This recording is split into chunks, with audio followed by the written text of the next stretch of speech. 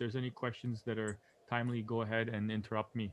So yes, welcome everybody. Congratulations for being here. We're going to cover hands-on today, quite a bit of things, so you can get some practice.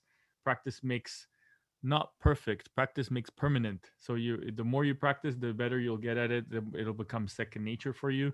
I'm going to be sharing my screen here in a moment, so I can share with you.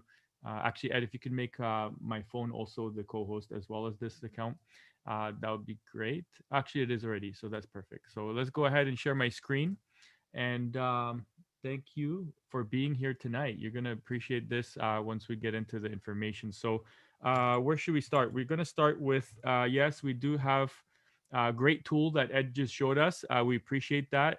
It is good. Good. I agree with making a plan. So, as you can see, a trader will often make a plan in terms of here in this particular case, we have stocks. When are the earnings? How much is the expected move we expect?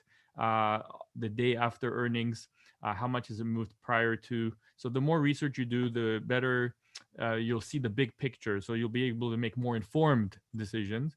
It's not a guarantee that you'll be perfect all the time. Actually, no trader is supposed to be correct all the time. You're supposed to understand that when you make mistakes, you will survive them. So here you can see I've gotten myself a little bit of a list here going what are the next upcoming stock earnings and when this week, actually today. So, it's going to drive the markets. And then here you got a little bit of a plan that coincides with what Ed was saying about knowing when to get in, but also knowing when to get out of a trade is a whole separate category. So you can see you don't have to be perfect if you do dollar cost averaging. That's what this here is an example of.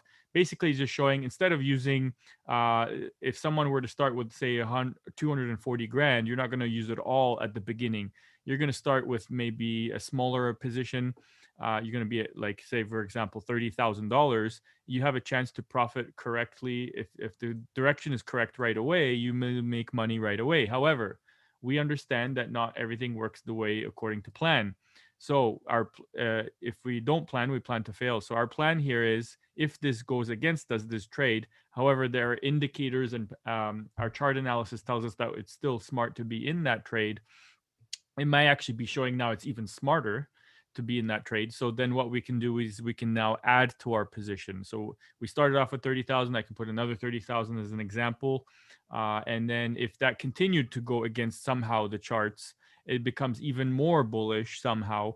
Then you can even have more money to throw at it potentially. So nonetheless, you still have to use a stop loss. You still have to combine your total maximum loss you're willing to be comfortable losing on that trade combined with every single entry you have. And finally, the last entry, if you can afford it, would have been with 120 grand, which is bigger or equal to all the prior entries combined. So now if we have a slight run up in the price, you are actually making more profit than all of the losses combined.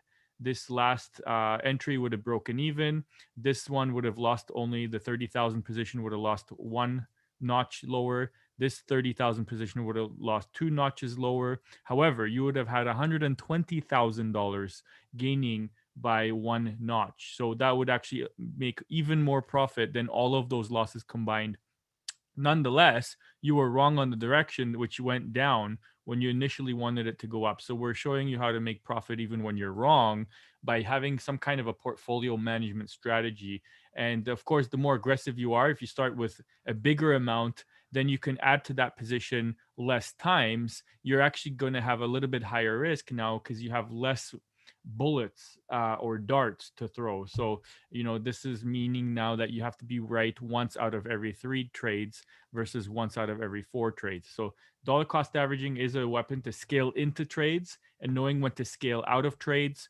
Often rather than using, say, you start off with a certain amount, putting all of that into a trade right away, a better strategy may be to potentially scale into a trade as it's losing, as we have shown on this example. And then when you finally make a profit, then you can close that position. Or if you can do this, some people I have seen successfully trade where they start off with a small position and they'll scale up if they're correct. So the trade is going in the direction they want initially. And then what they'll do is they'll buy more and add to that position using the profits they've made. So now they're using the market's money, not their own, and they're still stepping up the size of their trades. So they need the market to continue moving in the direction they want. But now they got ever increasing sizes of their position. And then finally, the market makes one final move higher, and then they can exit their trade with not much risk initially, only using their capital. So there's different strategies. That's a great Excel sheet that breaks down some possibilities and scenarios. But yes, planning is the whole moral of the story here. Making a plan is important and very, very useful. So let's get right into it and talk a little bit about, Ed's also right about the adoption here. So we have a member of the community here posting this great chart here. It's worth pointing out here. We can see how many people are using crypto or have used crypto at least once, and or owned cryptocurrency. So you can see different countries have a different rate of adoption. This is kind of neat.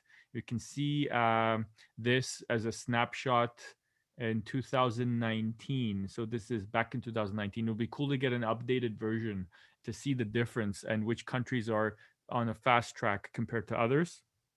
We can see here USA is at 5%. So I don't know if those numbers are accurate. So because I don't believe this actually statistic, because if you see selected countries, around 1,000 respondents per country surveyed, how did they conduct that survey? Where did they post that survey? Did they post that in a crypto community so they would actually have people answering the questions? Or did they actually stop strangers on the sidewalk in downtown of a city and randomly ask 1,000 people on the street? Then I believe these numbers would be much lower. If it was voluntary participation or not, that's a whole different thing. You know what I mean? So if you ask even 1,000 people on the sidewalk of a street, hey, would you like to participate in a crypto survey? A lot of people that don't even know what crypto is may just keep walking, say no thanks. However, the people that know about crypto may say, "Oh yeah, sure, I'll answer a couple questions about crypto," because they know something about it. So this would be good to understand the circumstances of this analysis. Nonetheless, we can see here. Here's another one. We can see how common is crypto. Again, 2020, not 2019, and this is between 1 to 4,000 respondents per country. But we'll have to check how did they do this survey. Nonetheless, we can see that it's jumped to 1% for USA. It went from 5% to 6%. So it's interesting to see how much this adoption will be. There's obviously plenty of room to grow. So it doesn't have to be 95% adoption. If you get about a quarter, 25% of people using crypto, then you're pretty much, that's the same amount of people you need to stand up to a tyrannical government to overthrow them. So you don't need every single person to be upset. You just need not even most people, a quarter of people to do something, and maybe not even that much. Maybe it could be even 10 to 20%. So I don't know what the numbers are, but we can see that it's growing. So that's just kind of cool to point out. So yeah, I have been trading for a long time. So let's get into the lesson for today. Basically, we're going to talk a little bit about trading, and we're actually going to do some trading. So again, I'm not a licensed financial advisor. Everything today is just strictly for education purposes only, not for solicitation for securities of any kind or any advice being given. So you do have to consult with a certified professional before making a decision. Don't hold anyone liable on this call for any decisions you make. And nonetheless, let's have some fun and grow together here. For those that don't know me, yes, I've been presenting across many stages. Back in 2018, I called the bottom at 3,500. Just like I had called the peak in 2017, around 20,000. So I do understand a lot of people are hodlers simply for the fact that they don't know how to trade. Okay. I have yet to meet somebody who has learned from me or even from some of my friends how to trade and then said, after learning how to trade, going back to being full on hodler only. In fact, I don't know a single person. So that tells you something. If someone has actually learned how to trade, not even 100%, just even half decent trader, they saw the benefits of doing so. And then they would see that, yes, they can do some hodling, but then also some trading. And what that does, it enables you to find those tops, find those bottoms, and not partake in unnecessary declines in different prices of coins.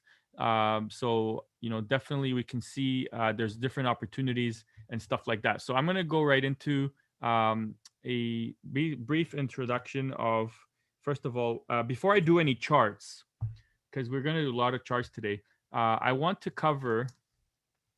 Um, I'm gonna help you set up a demo account quickly, so that if you see any charts that are interesting, that catch your eye, you may even be able to jump on them. So does that sound fair? If we go into quickly showing you how to set up a demo account, and then if I'm going through the charts, you may actually be able to jump on those opportunities, obviously in a demo account, and even practice placing those trades in a demo account, so you can be already one step ahead of those crypto enthusiasts that are not trading, only hodling.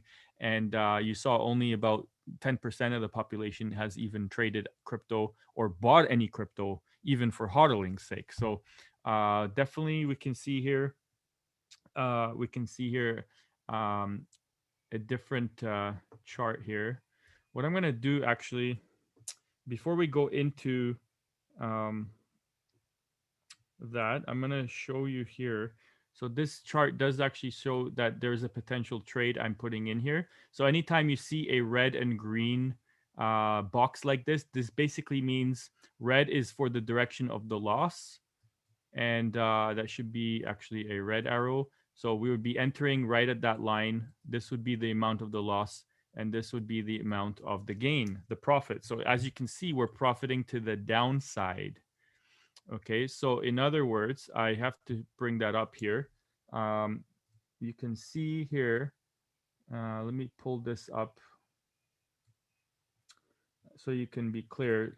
We're going to be trading both directions. Okay, so as you can see, if I say that we're going long or going short, that means we're buying or we're selling. And also, I want you to notice, to point out here, that we can actually make profit in both directions. Whether markets go up or markets go down, the target or take profit target is the direction we want to be going towards. Okay, the stop loss or SL is always the wrong direction. We do not want to go towards the stop loss, as it sounds, it stops our losses. In other words, it stops our bleeding, and that's why we make it red. It's what we do not want to have. We want to have stop losses to limit the amount that we will lose, because if the trade goes against us and continues going against us, we will not be participating. The stop loss will kick us out of the trade automatically while we're sleeping at that level where we determine that we want to place that stop loss. So anytime we use a stop loss, we need to also use the numbers and actually give it a price. At what level do we want to have our stop loss? An entry price can have just a any price that it's at right now. That's a market entry. I do, as you can see, I teach also other types of entries here. So, for example, we had a chart earlier up on the screen where we saw, actually, let me pull it up. It was perhaps ENJ. Okay, so we had here this chart here. So long term, we saw a head and shoulders potentially. So if that were to be the chart that we're trading right now,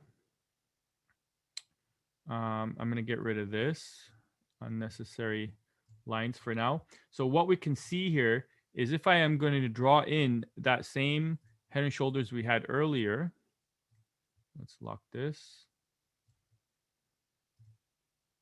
Let's make it different color.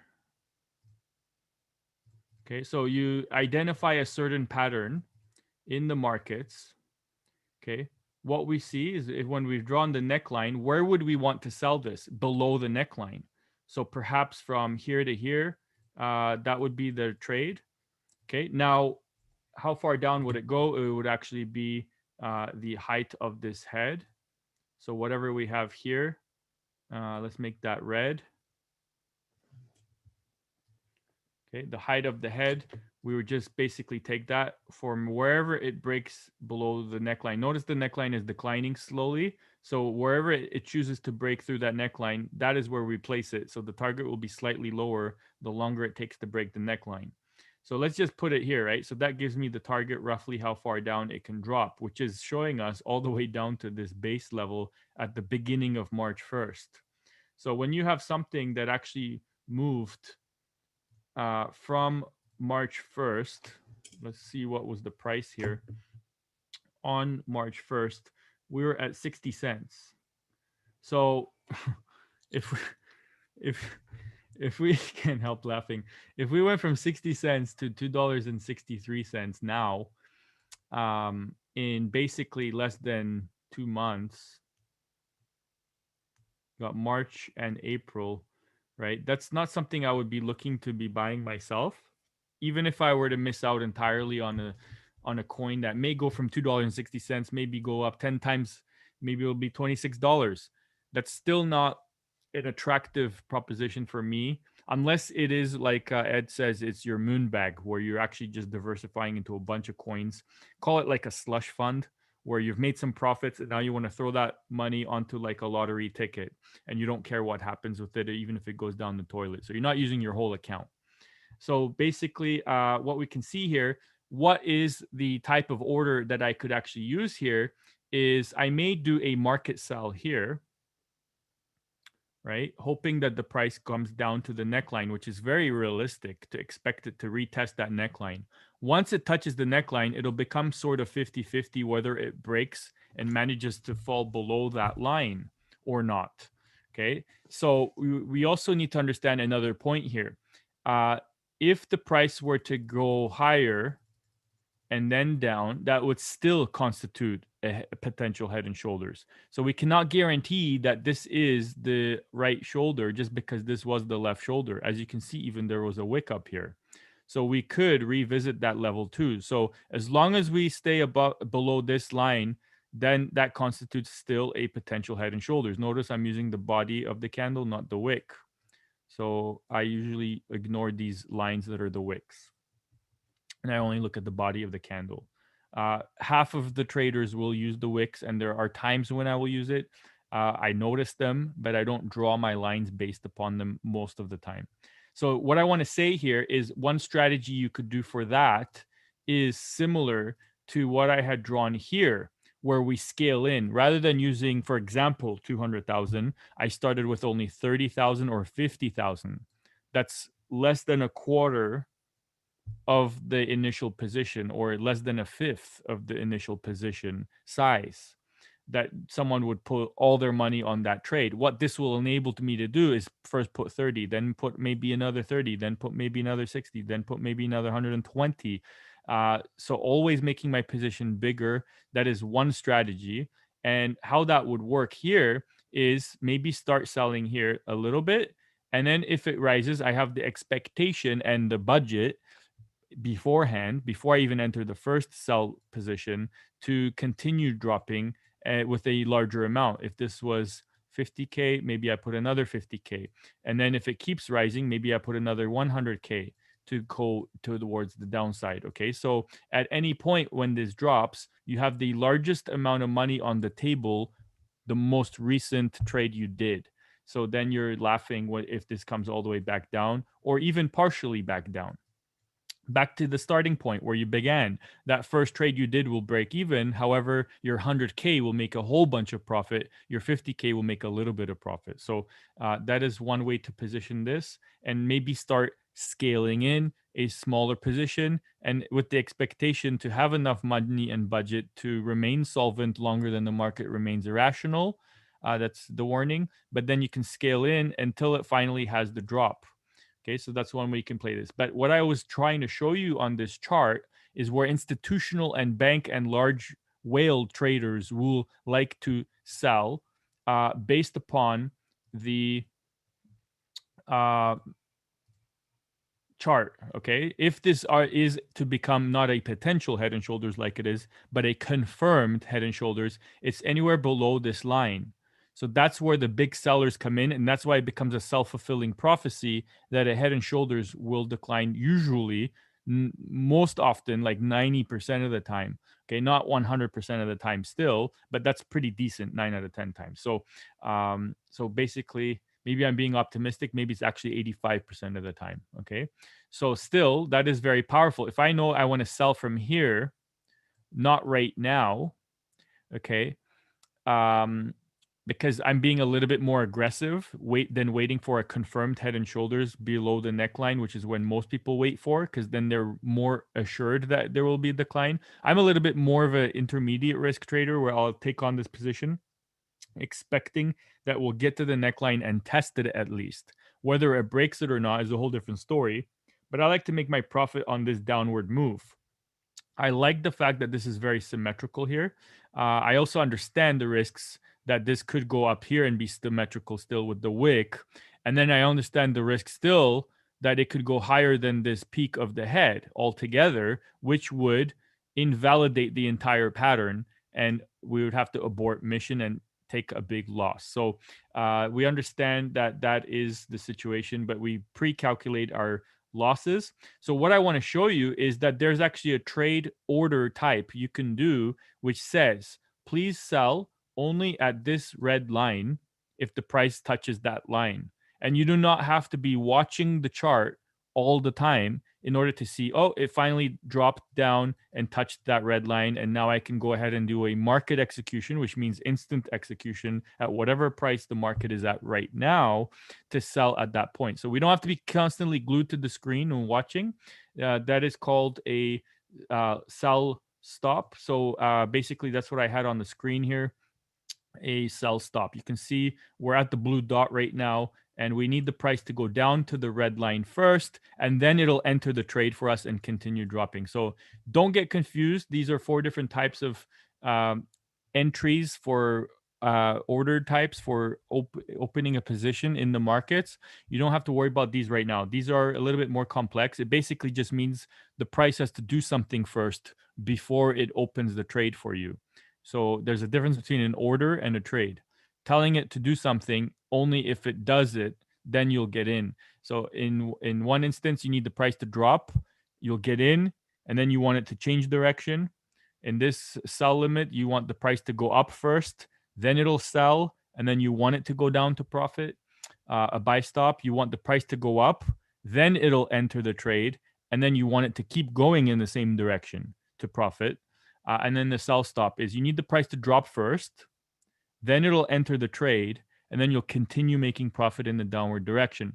So which of these 4 do you think I would want to use on this example, where I want to be a sort of a less riskier trader and only sell here if it were to be a confirmed head and shoulders because the price fell below this neckline? So how do we do that? Which one of those 4 order types would we want to use? If we're here right now, but I want to turn off my computer, I don't want to keep watching the price, but I want it on its own to sell at this level. So we need the price to go down first, then it'll sell, and then I'll keep making profit if the market moves lower.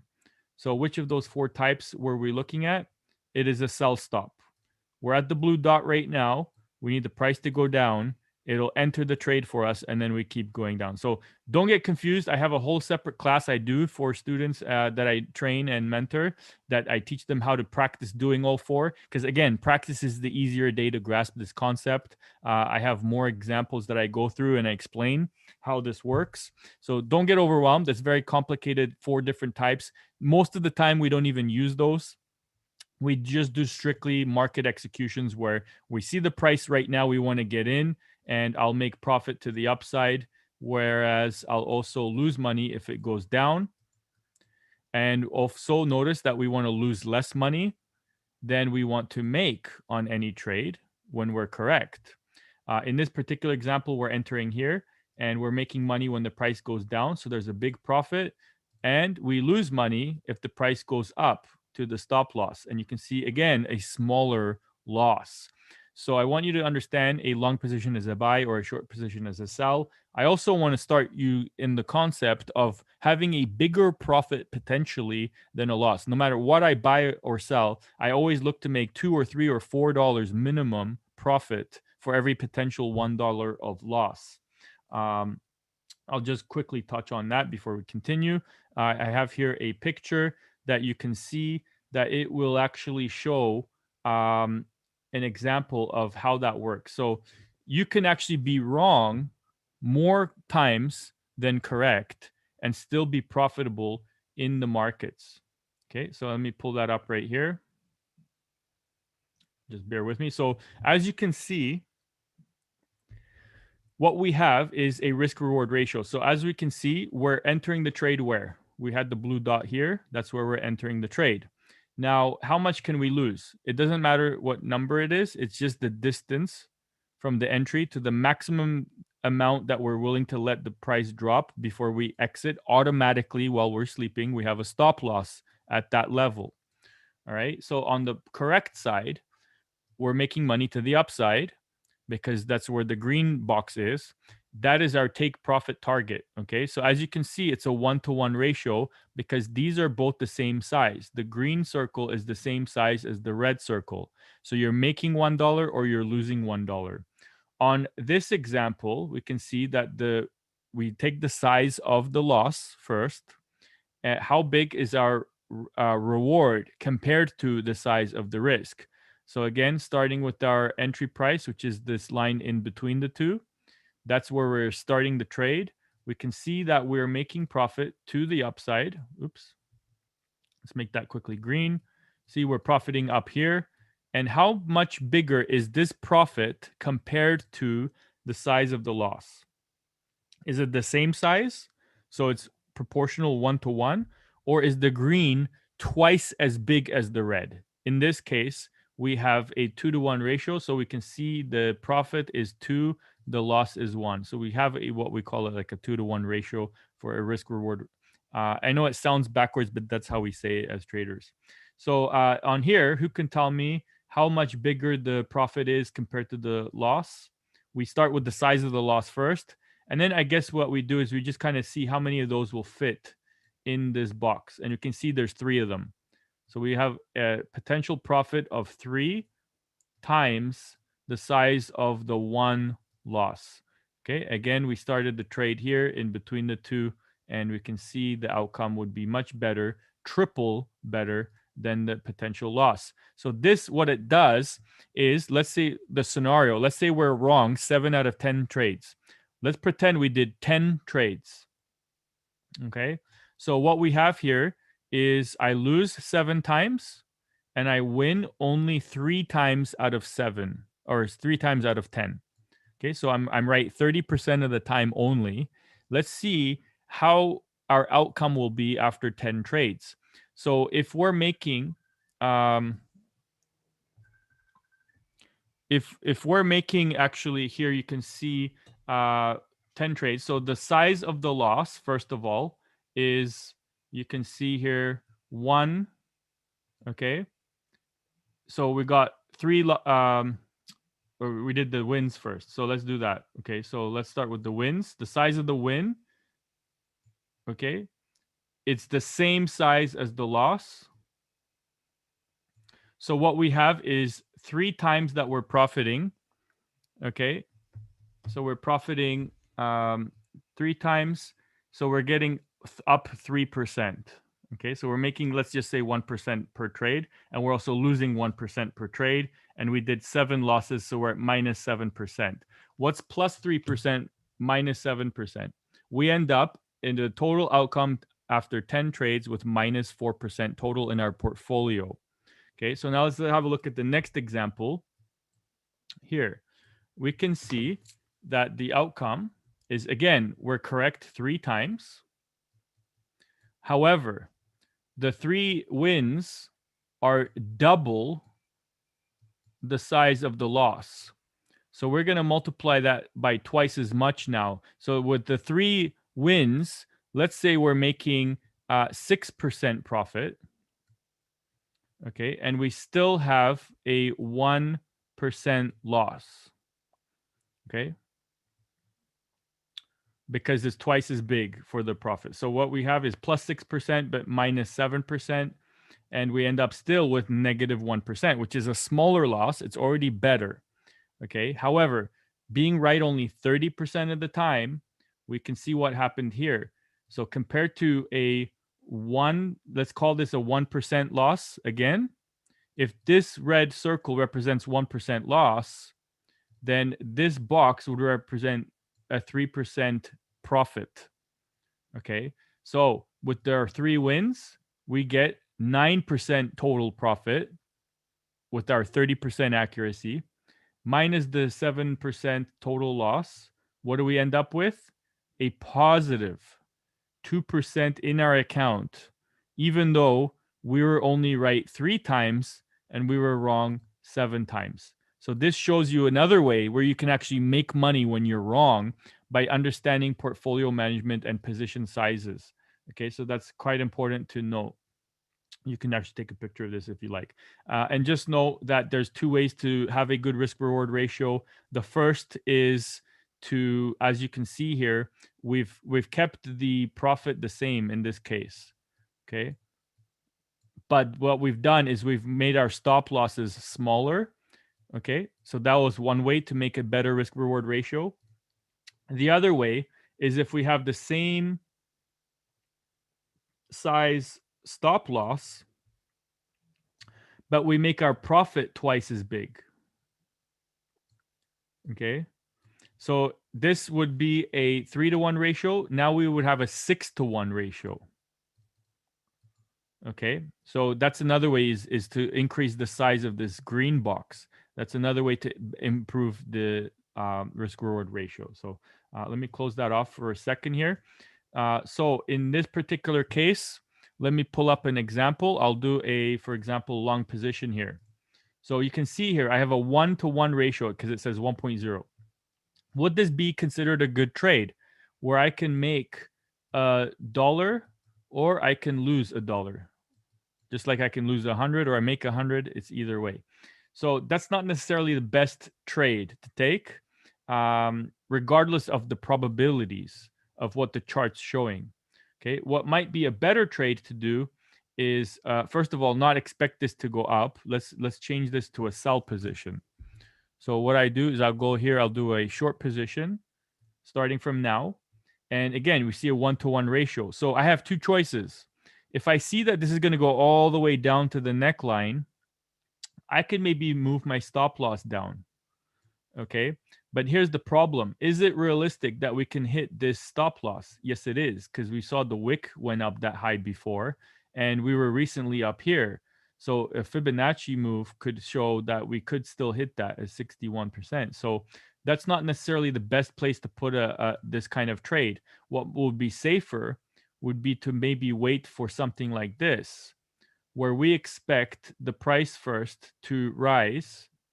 And now we're hoping something happens before we enter the trade without any risk, without any money on the table, because we don't have any skin in the game. It's better to do the hoping before we put our money on exposure. And now we would enter the trade to profit all the way down here. And 2 things happen. Notice that now we can actually expect a larger profit, first of all. So that 3-to-1 ratio now turns into a 5-to-1 risk reward ratio. So it's a bigger potential of a profit, as well as there's a little bit less risk now. Because what you can see here is we have a resistance line, which was this prior high. And that's going to be in the way. It's going to be very easy for the price to hit that line and bounce off of it like it did before once again. So that's helping our stop loss not get executed. So that would be considered a lower risk trade. Okay. So we have, first of all, even if, let's say, it did touch our stop loss, let's say the price somehow managed to rise considerably all the way up to here, then what would happen is our loss would get executed here, and still our loss is much smaller than our potential profit here. We have 5 of these dollars we're making, or 1 loss. So I can take several of those trades. I only have to be right once out of every 5 trades, or only 20% accurate to be able to break even. Okay. If I get 3 out of 5 trades and I'm, 2 out of 5 trades correct, so I'm only 40% accurate, I'll be making money. If I always trade only with a maximum loss that is 5 times smaller than the potential profit, if you only take trades like that, a 40% accuracy will be profitable in your account. So that's just an example I wanted to show you on this chart. Let me go back here. Let's go back to the prior. I guess we can leave those in here. Okay, so let's go back to that prior chart which we had. I think it was ARR.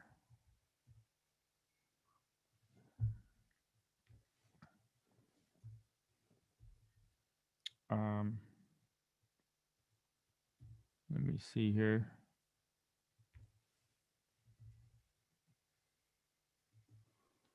Okay, so this was the other coin we were looking at here. So, actually, you know what? Let's go back. Let's go see what we had here. So we can also see the target here for the potential loss with the moving averages. But the coin we had before this was XMR. So you can see here, what I've done is I've gone ahead and I've placed a box in here that shows, first of all, is this a trade to go up or is this a trade to go down? Okay, we can see the red box is on top.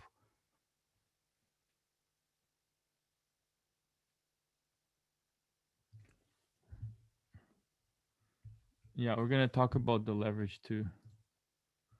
Just checking here.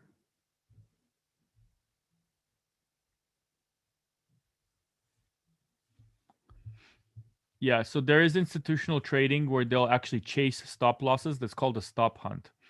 Okay, so for example, you can see a clear resistance here, right?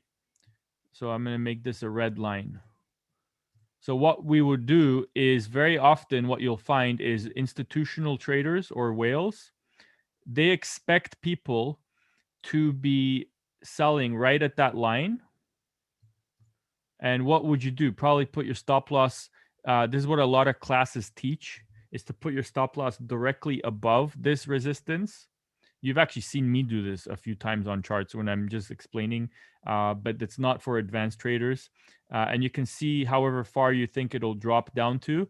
The point is the stop loss here. So what a lot of whales will do, I'm just going to sum up all banks as whales included in that. So what you can see here is they see that a lot of traders will put their stop loss above this line. So what they will do is actually push the price on purpose higher. So they'll start buying to push the price higher than that stop loss. Because what happens in this stop loss? It'll trigger a buy order. What happened is you initially got in to profit to the downside by selling. Now to exit the trade, you need to buy.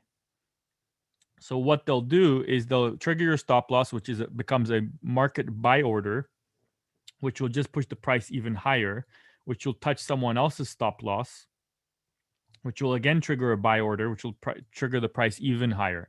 So the whale can use a large account and just be dumping this right up here with a lot of money, okay? And that will push the price back down to this line, okay?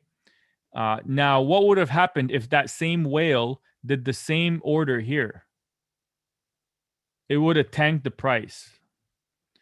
So what happens is before the whale even finishes loading up to the downside, he's pushing down the price against himself. So he's selling even cheaper, selling even cheaper. So he's affecting the price by being so big.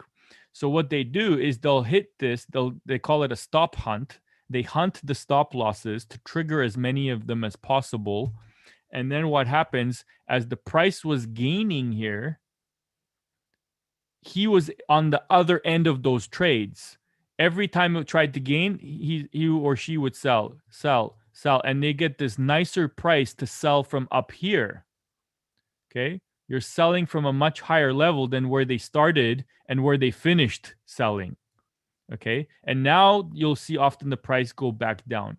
I can for sure find examples of this if I were to look back and look at any kind of chart.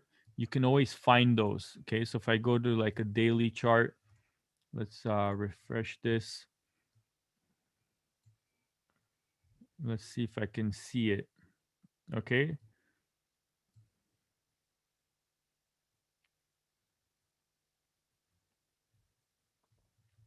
So there's some examples here, right? So we can see even on this chart, right? So you can see there was a resistance here. If you drew from here to here, okay, and there was probably a channel that was going on in this time period. Okay, so what they would do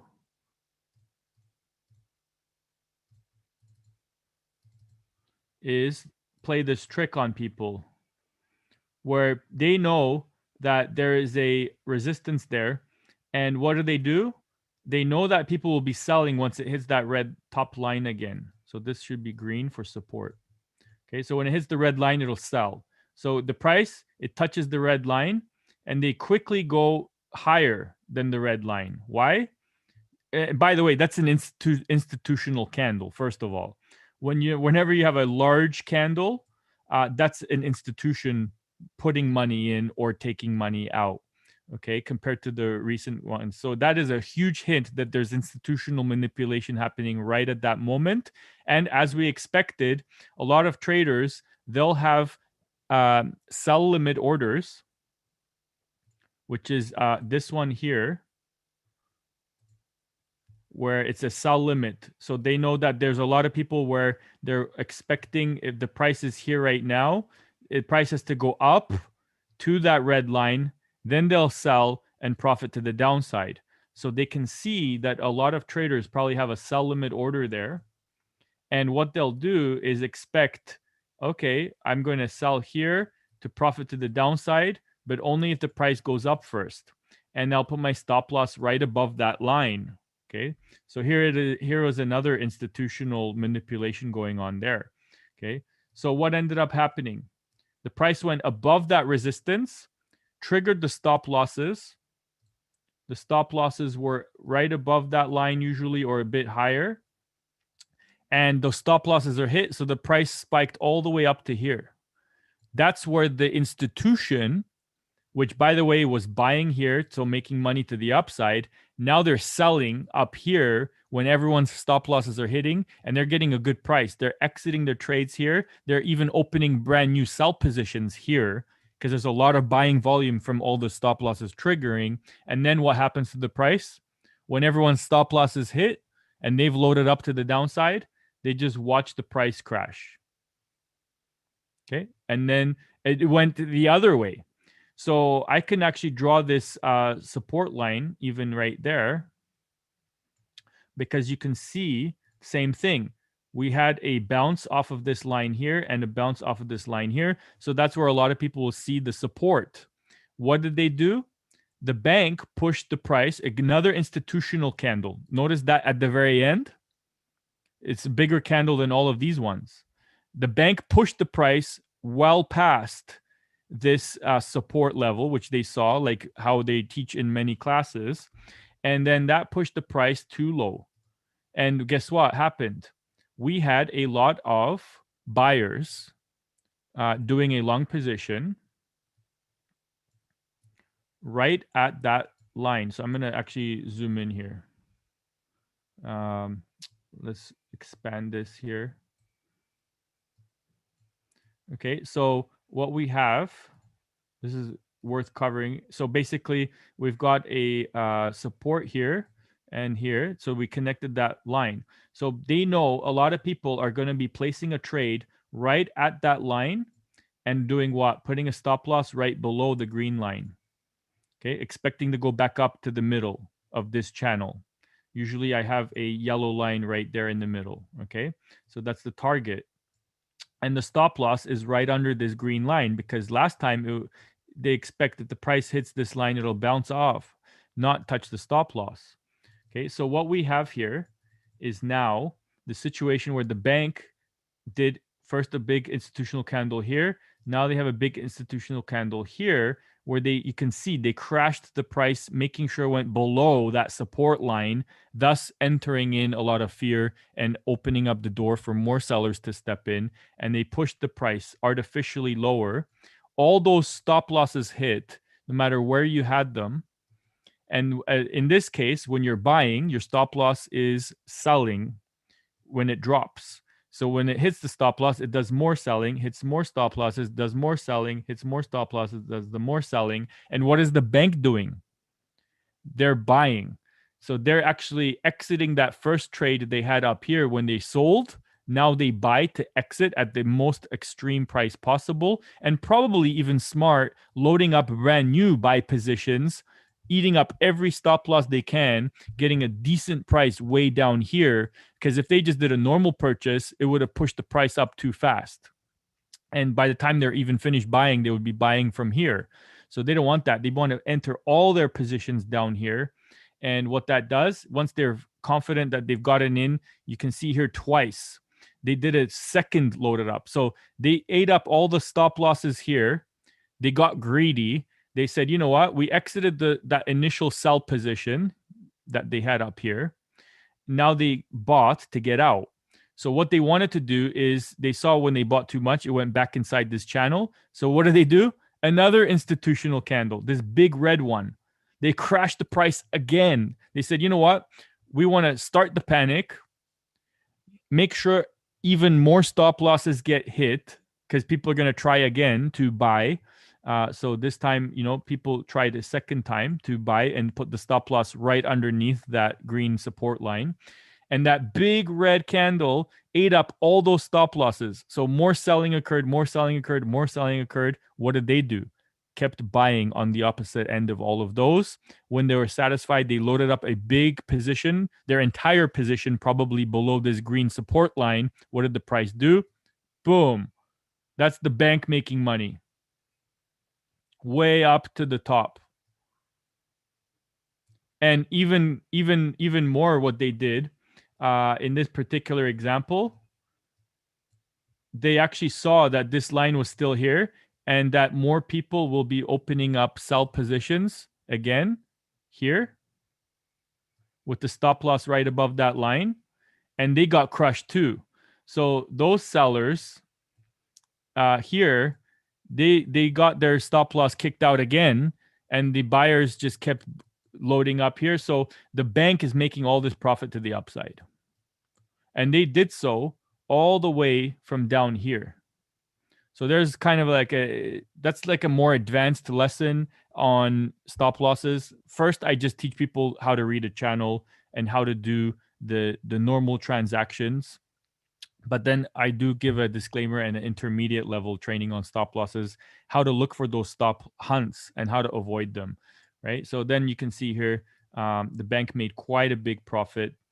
And this just keeps repeating over and over and over again. Here you can see that there's another channel forming or support line forming here. They did the same thing. People expected, people expected the price to keep going up. So we had a long position. Let's put one in. Let's put a smaller one in. Okay. So what happened here? Again, same thing. There's a support line. Why? Because there was a bounce off of this line, a bounce off of this line, and now people expect another bounce off of this line. So people will actually put a trade in here, expecting a profit to the upside, right at that line, and they'll usually put a stop loss right underneath. What did it do? You can see this wick. It actually dipped below. There's a quick wick. Why? It doesn't last long. The stop loss gets hit, should be a red line, causes more selling. Stop loss number 2 gets hit, causes more selling. This is very fast because it's pre-programmed trades. So they go fast, down, down, down, down, down. At the same time, the bank is waiting, drooling, ready to buy up all of those stop losses positions on the opposite end. And that's why the wick is very quickly moving back up. It's instantly eating those positions up. And then the price skyrockets. So they keep repeating this over and over again. So it's important to understand how this works. And look at this. This just went up from, let's have a look at the price again.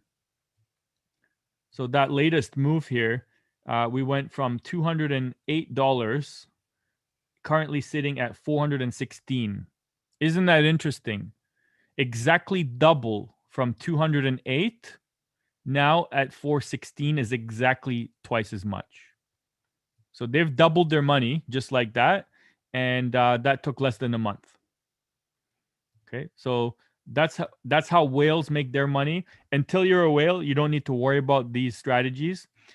Just be aware of them as a retail trader, and know that now that they exist, how to navigate them safely. So when I say that I teach people how to swim with the sharks and survive, that's what I mean. Okay, so trying to trade on your own, it's definitely good to have a mentor. But we can see here at this level of 416, because it is a double your money kind of thing in 1 month, that could signal to me potentially now that the party's over, and maybe they're going to unload now and take profits and celebrate with caviar and limousines and champagne. And this also means that this indicator now is oversold. So a lot of people will say, especially if they're lifelong hodlers, no matter what, without needing to look at a chart because it's a waste of their time, they may say, I'm just going to go buy some right now because it just doubled. Next month, it'll double again. Okay. Meanwhile, these wicks over here warn to me that there could be another stop hunt have happened, and they've already loaded up to the downside. Now we just got to watch this fall. And as you can see, this stochastics is overbought, so it's ready for a decline. Okay, there's even a divergence here. Looking at the MACD peaks, it's only a slight gain, and that indicates to me a potential target of back down to $300 from the current 416 as a fair price. Obviously, with the pause here at these red lines around 350. So my first target is 350. My second one is 300. And I haven't even looked at all of these moving averages, but you can see they're way down here, dragging the price down. And the Bollinger Band, even here we can see going back to the middle Bollinger Band is my target here. So 350 to 360 is my target for this particular thing. So let's move away from this. I want you to know this might be the best coin. It might end up being the most popular one day. We're not looking at the fundamentals. I'm today strictly looking only at the I'm looking strictly today at the technical analysis only. Okay. So as you can see, the importance can jump up and down on a given day, depending on, is there a speech by the president like there was, or is there a central bank announcement like there was today, both of them. So that can overpower any kind of chart, which is represented here as technical analysis charting. But there, I understand there's fundamental analysis. I understand there's white papers, utility. I have a friend who's starting a coin up that has to do with actual utilities, powering energy for houses, and they'll be using a tokenized system. So, there's some utility, there's reasons behind the coin, but understand that today, for time's sake, we're just going to be looking at technical charts only. Whenever I say that a coin looks like the chart makes sense that it would go higher, it's for education purposes only. But I do understand the big picture. I want to look at the world as a geopolitical. What are world leaders saying? What are central banks saying? What are the new laws coming? Sentimental analysis is the mood of the markets. How will they react to that news? So just know that there are different ways to analyze markets. I look at all of them equally. And technical analysis is just one component of them all. I do look at a multitude of different things because it's important to get the big picture of the whole economy to understand, what's the value of money, what's the value of commodities like gold, and what are the ratios between gold and Bitcoin on a given day. And both of them are measured in often USD. So isn't not important to know what the USD is doing, right? So pay attention to everything because everything is part of a system and has its part to play. So with that being said, let's jump right into now. Do we have that? Yes, we're going to set up quickly a demo account so you can all follow along. Next week, I'm actually going to show you guys, not next week, on the next masterclass, I'm going to do charting analysis where we're going to practice using the tool of TradingView and how to navigate it. So you're all going to get practice on your own screen, whether it be on the phone or laptop or desktop or tablet, how to click and use the tools here. Like, how do I shrink this, navigate it, move it over, expand it or shrink it quickly, because it's all about practice, and you're going to learn by doing faster than just listening to me. Okay, so I'm going to explain what some of the key buttons are here, indicators that I use, my favorite indicators that I have pre-programmed, and also what they mean and how to use them. So that's going to be next week. I'm going to show on TradingView, a crash course on TradingView, and also a secret weapon tool that I use to help analyze coins. Okay, so also how to navigate that, which was built upon the TradingView platform, okay, which identifies opportunities such as this. You can see here is a selling opportunity. Why? Because if you learned how to use this tool, you can shrink it just like in TradingView. Now we can see there's a stop loss. Now we can see that this, if it goes higher from our entry price here, will be a stop loss. Again, it's a smaller stop loss. And we have our take profit target 1, take profit target 2, take profit target 3, depending on how much risk tolerance a person has. So you can see the profit is much potentially larger than the size of the loss.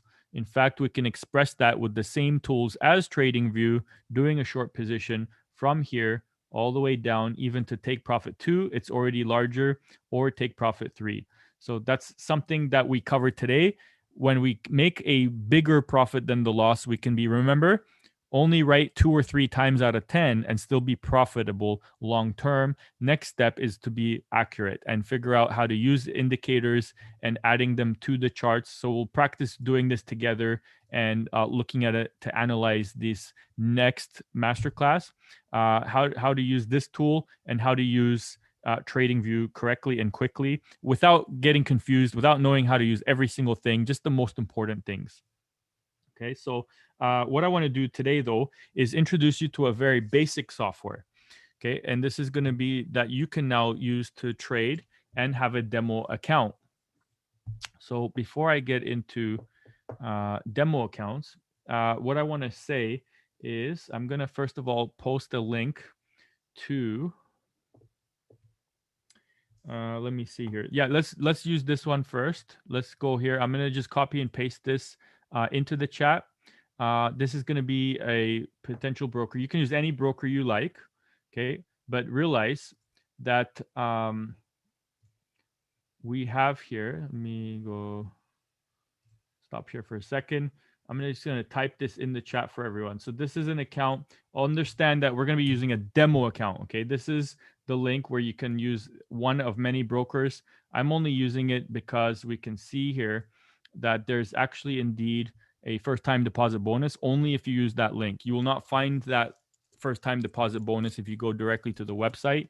It's only for VIP people to know that this exists. Then your first deposit will be lower, but it's already lower than, they already have the lowest fees I could find on the internet.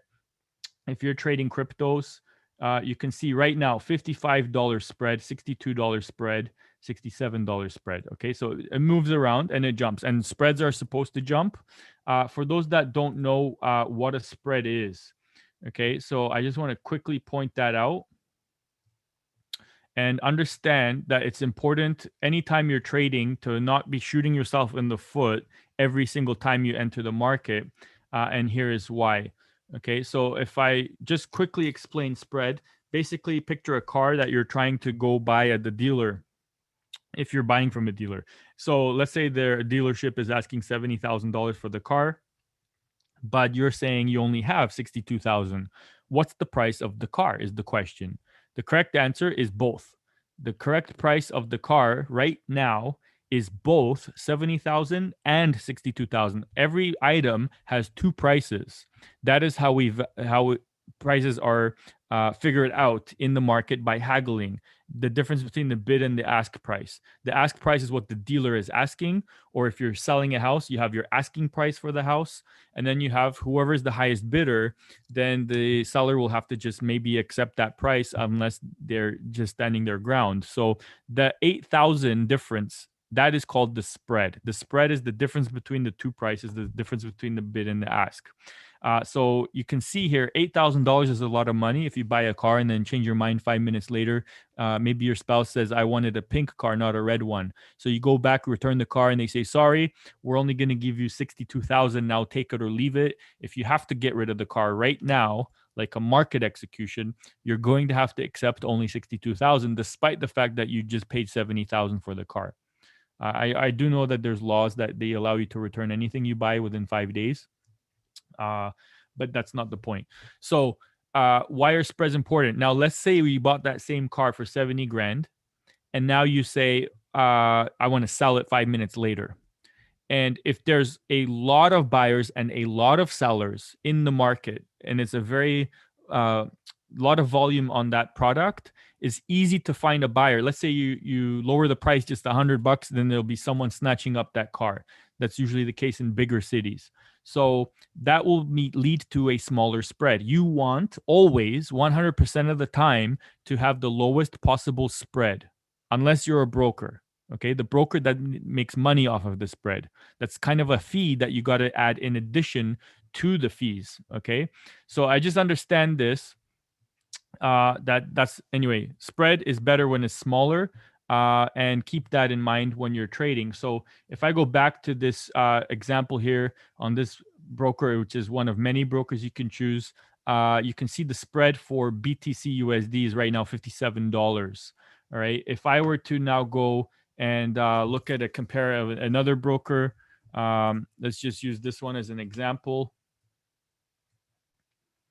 All right, so we can compare side by side. Two brokers. You can see here, cryptos. We got BTC USD, $120, 0.44. Versus this broker. These are live right now on both of their websites. Okay, so you can see two brokers. They both allow you to trade cryptos. This particular one on the right allows you to trade 24 hours a day, 7 days a week, 365 days a year, even during weekends. And nonetheless, they still right now have a spread at $77, $75, and it'll probably drop down now, $81, compared to BTC USD over here, still hovering at around 120. Okay, so you can see, let's just show you what I'm looking at. So here's 120, 135. So you can see it can bounce up from 120, 123 versus BTC USD over here. You can see the spread is hovering around 87, 79, 83, and 80. So there's a big difference. There's about a $40 to $50 difference right now, currently in this market. Why is this important? Okay, would you rather pay $74 or $127 every time you enter a trade and exit a trade? It's like paying $8,000 for the car, the difference in the two prices, or having a $5 difference. So let's say you start off the trade right off the bat, you're at minus, let's use the number $80. Okay, I'm at minus 80 or $74. Okay, now that's the beginning balance. Here, you're going to be starting off at minus $120. Okay, now let's say that the chart of BTC moves up $100. Okay, you bought it, you wanted it to go up, and it did go up $100. Let's have a look at what would have happened in your situation here. On the broker on the left, your positive gain in the price of Bitcoin moving up $100 would have netted you a $100 profit. However, you started at minus 120. So you end up still at minus $20 on this particular trade. You still need Bitcoin to go up another $20 just to break even on this trade to make zero profit. Okay, not minus 20. Versus this broker, if the price of Bitcoin again moves up only $100, we're going to add $100 to the price. What happens? You started off at only minus $80. So with that $100 jump, you're now plus $20 in your pocket if you exit the trade right now, including the spread, including the fees. So would you rather have $20 or would you rather have minus $20? if you don't realize how big of a deal that is, what if you did 10 trades? Okay, times it by 10, you're actually now minus $200 in your account. Or here, if you do times 10, you're plus $200 profit. Big difference, and it adds up over time. It is actually the difference sometimes between life and death for an account. Not having, do you recall we did the top 20 mistakes traders make? One of them was having the wrong broker with the wrong spread with the wrong fees, which was the reason why I created that list of 20 when I had it in mind. Was number one mistake is wrong broker. It's almost better to not trade at all than having the wrong broker, because now you're going to try to recoup this minus 200 and you're going to overtrade. Number one, you're exposing yourself to another unnecessary risk when this person is already on the beach laying, not trading, not doing anything, not exposing themselves to any risk. You now have to expose yourself to yet one more potential risk, because there's always some risk on every trade. And that could be the difference between you overtrading and undertrading and actually killing your account and blowing your account. So it's very important to have the right broker. And I just wanted to point out quickly the difference. So you can see here, we're still at plus $78, $69 versus 120, almost double the spread for BTC USD, which you would think would be the most volume. So there's no excuse for having such a big spread. Okay, so for Ethereum here, you can see $6.03. Here for Ethereum, we can see $4. Okay, so it's a 50% lower spread. That's very important. So I dropped in the link for this broker that has the lowest spreads. And also on top of that lowest spreads, you're getting a first-time deposit bonus only if you use that link. So that's worthwhile. So what I want to do now is go ahead, close off this one, say goodbye. And now let's go back to quickly opening up a demo account. So I believe Ed has made my phone a co-host. So I'm quickly going to show you how to quickly open up a demo account, and then we're going to go into all the chart analysis, rapid fire. We're going to look at all the cryptos. By the way, this broker, they allow you to trade 20 cryptos with leverage versus the other ones that only allow maybe 6 or 7 or 8 cryptos. So this is great that they're allowing 20 different brokers or 20 different cryptos to trade. So I'm going to go ahead and share my screen here. Oops, not my camera. Let's go back. Let's share my, you don't want to see me. You want to see my screen, right? Awesome. So what we've got here is we're going to go first, and we're going to actually go to your Play Store. So for those that don't have a demo account yet, I want you to do this. I want you to actually go to here. Go to your Play Store, depending if you're on Apple or Android. And we're going to start to learn by trying in a demo account, which you can see is number 4. First, you have to have the desire to want to learn trading, watch others do it, get a mentor, and then try it yourself in a demo account, which is number 4. So I'm going to go ahead and help you pick out this app. Go to your Apple or Android store. Okay, once you're there, you're going to type in MetaTrader 4. Okay, so I'm going to go back to sharing this one actually. Oh, not camera. You don't want to see me again. So screen. And what you're going to look for is this one here. Okay, so MetaTrader 4. If I type it in, it'll look like this. So go ahead and do that now if you don't have a demo account yet. You can type in MT4, or you can type in MetaTrader 4. Okay, this is an app that is used to trade stocks, commodities, indices, everything, including cryptos. So go ahead and install that right now while I continue talking and open it up. Looks like I can get an updated version of it, but what I'm going to do is I'm just going to go ahead and open it up once you've installed it to your computer. And let's go ahead, quickly make a demo account. So I'm going to open it up. And what you're going to see once you're entered in here is you're going to be at this screen here. Okay, so what you want to do is to open the demo account, depending on if you're on Android or iPhone. On iPhone, you're going to be in the bottom right corner, click on settings. on the Android, you're in the top left corner. You're going to click this hamburger on the top left, the 3 lines. What you want to do is click on manage accounts or new accounts. Okay. And once you're in accounts, you want to now click the plus sign at the top right corner, or in our or say open a new account. Okay. The plus sign, you can see open a demo account or log into an existing account. Now, if you had used that link that we put in the chat, which is I'm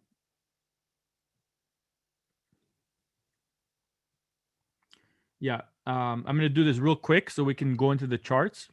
Basically, if you have you go to the link that I provided in the chat, which is sagefx.com/first time deposit bonus with hyphens in between first time deposit bonus. That's how you can get your deposit bonus for 10% on top of those lowest spreads. What you're going to do is then once you've opened up that real account, you would go here and say log into the existing account you set up on their website. But today we're not doing that. We want to stress you need to practice in a demo account first, get consistent results, get your stop losses working every time, and learn how to modify your stop losses to break even. At the very least, you need to learn how to do all those things before you start trading live money. Okay. Can't stress that enough. So open a demo account. We're going to do that first. So go ahead and type in here where it says find broker. I'm going to type in SAGE. Okay. And once we've done this, we'll be able to do some quick charting analysis. So Sage FX demo, the first one with the big S. So what you're going to want to do here is actually type in your name, phone number, email. You can put whatever you want. It doesn't have to be real. And then what happens is you're going to pick the leverage. You're going to lower the 500 to 1 down to 100 to 1. Okay. 500 to 1 is too high. Okay. For the deposit amount, we want to make this as realistic as possible. For most people, we're going to put 3,000. Okay. That's the lowest setting. And go ahead and click a create account. And before you continue, you need to screenshot this if you want to use a desktop version. If you're using a desktop version, one place where you can do that is actually a quick place you can do that. I'll show you is you just simply go to xm.com.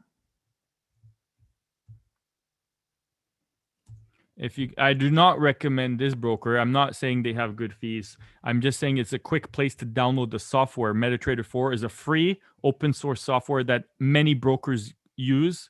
Kind of like blockchain is an open source. Okay. So basically, you're going to go platforms, and you can see here for PC or for Mac, you got the software MetaTrader 4. You're not doing MetaTrader 5. Okay. Then you've got smartphones and tablets. So this is a quick way to install the software. But when you do install it to a desktop, you'll need these numbers to log in. Okay. So keep that in mind. You'll need these numbers that you only get shown once here as soon as you've opened up the demo account to be able to connect your desktop version, which won't have any charts, won't have any market data until you connect it through a password, which you're given right here once. So write it down or take a picture, then click done. Okay. Now you're going to see the basic setup of your account here. Make sure if you're on iPhone at the top, you're clicking advanced, not simple. What that does is it basically changes this. I can put it in my settings here, advanced mode. If I turn that off and I go back to quotes, you're going to see something like this. You don't want to see a very basic layout like this. So on iPhone, click on advanced. On Android, you're clicking the 3 hamburger lines.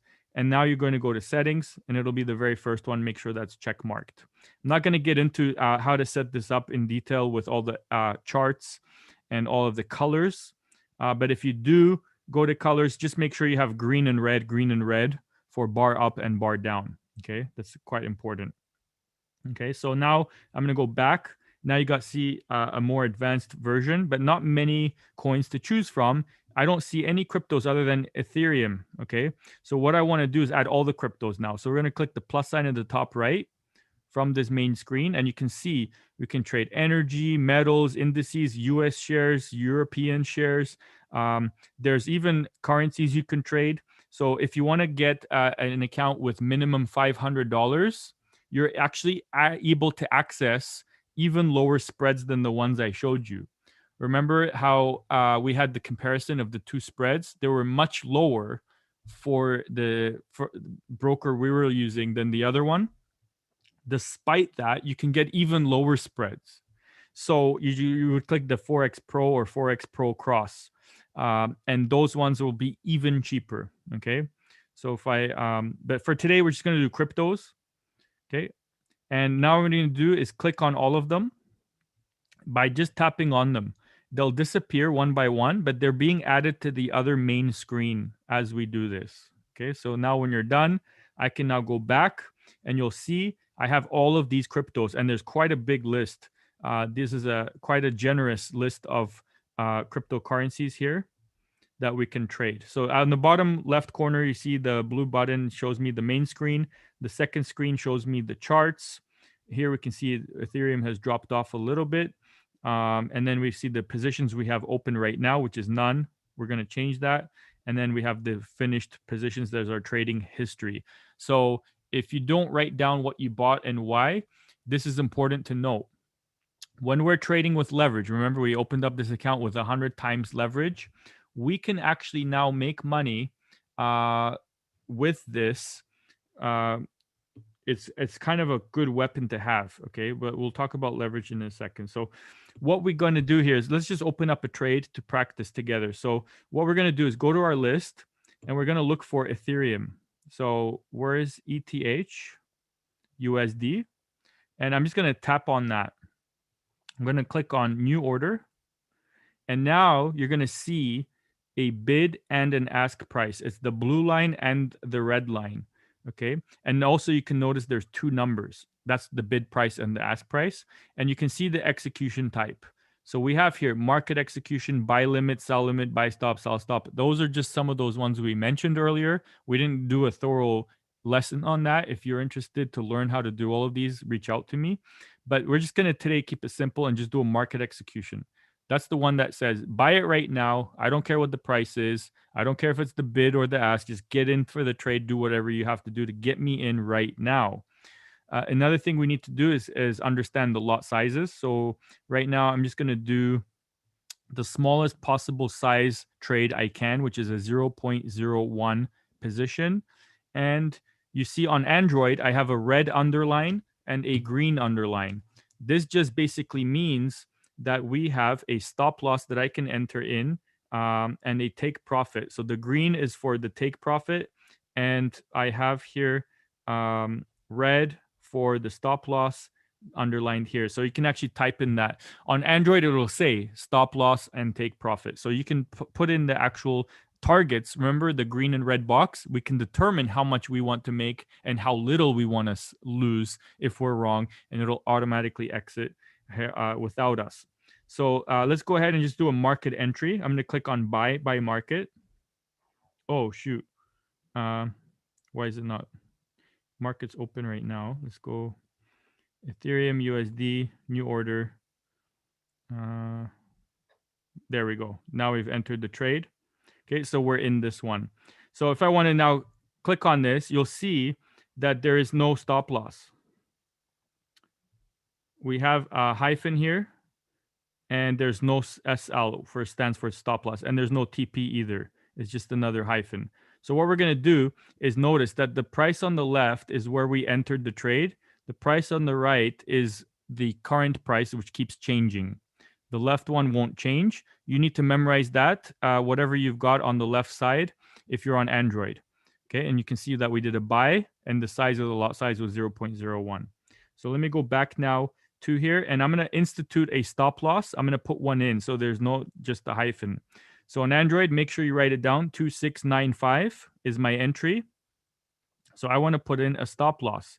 Notice we're also a little bit in the red right off the bat because that's the spread, okay? That right away we will always be in the negative when we open a position because of the spread. It's like buying the car for 70 and selling it for 62,000. So I'm going to, instead of just clicking on this, I'm going to press and hold down. I'm going to go modify order. And now I'm going to put where it says stop loss on iPhone or on Android. We're lucky because we can see the entry on the top of the screen. I'm going to put in my same price here, 2695, 2695.10. Okay, so you can see the currently the price is a little bit lower than that, so it won't let me enter the stop loss. The word modify is shaded, it's not bold. I cannot click on it. So if the price were to shoot up quickly a little bit right now, it would go higher than my initial price where I entered. Then I would be able to go ahead and click modify. It would work. So what I'm going to do is maybe lower this down. Let's change this to 2691. Okay, so now you see I have my stop loss on the screen. So if I go ahead and click modify now, it'll allow me to get into the trade.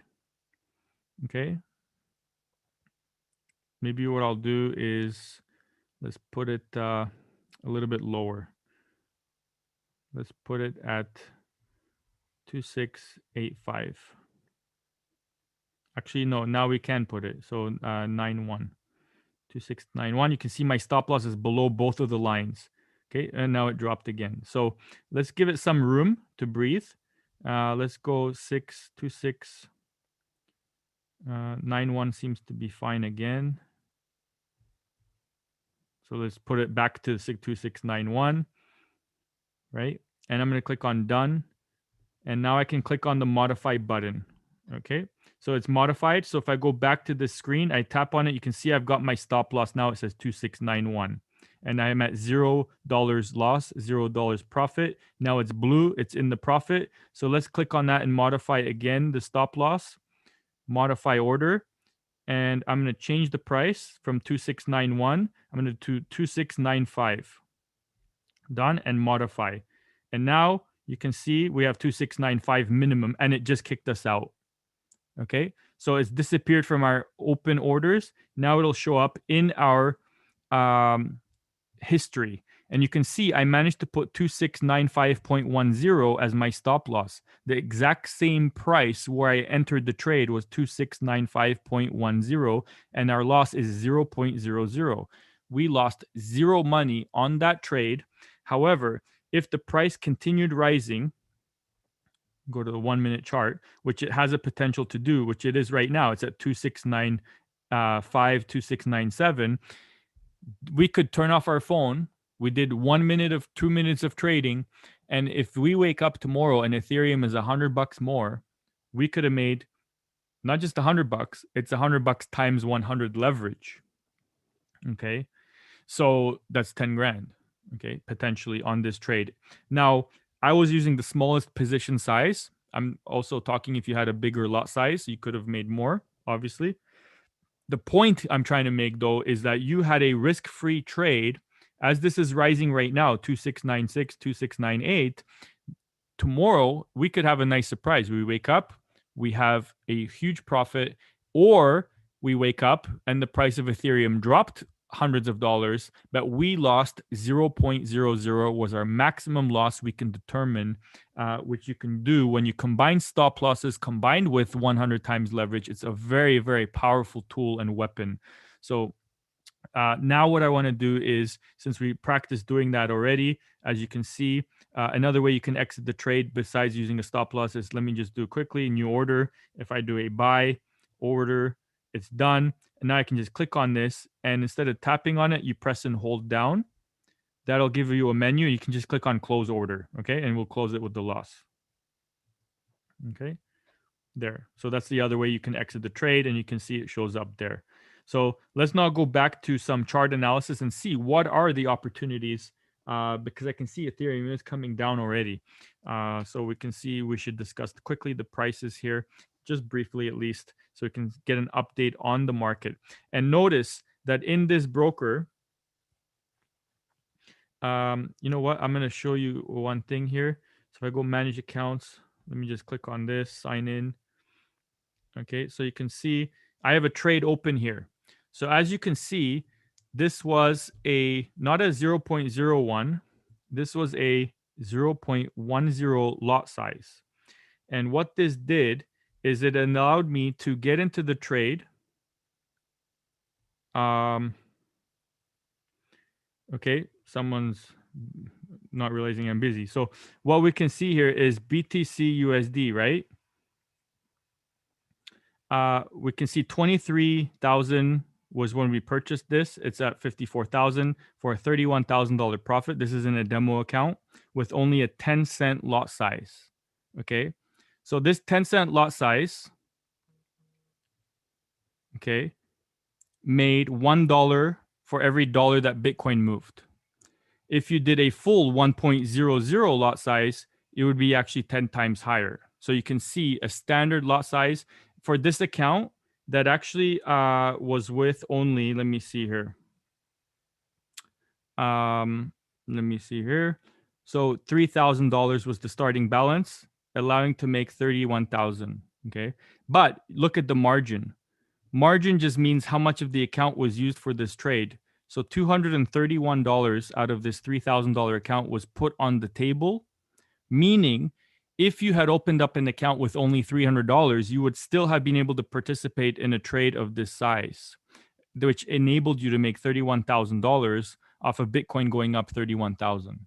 Okay, but all you need is $300 to be able to do this with 100 times leverage. But you need to know, number one, how to use a stop loss, how to modify the stop loss to break even before you get into any trade.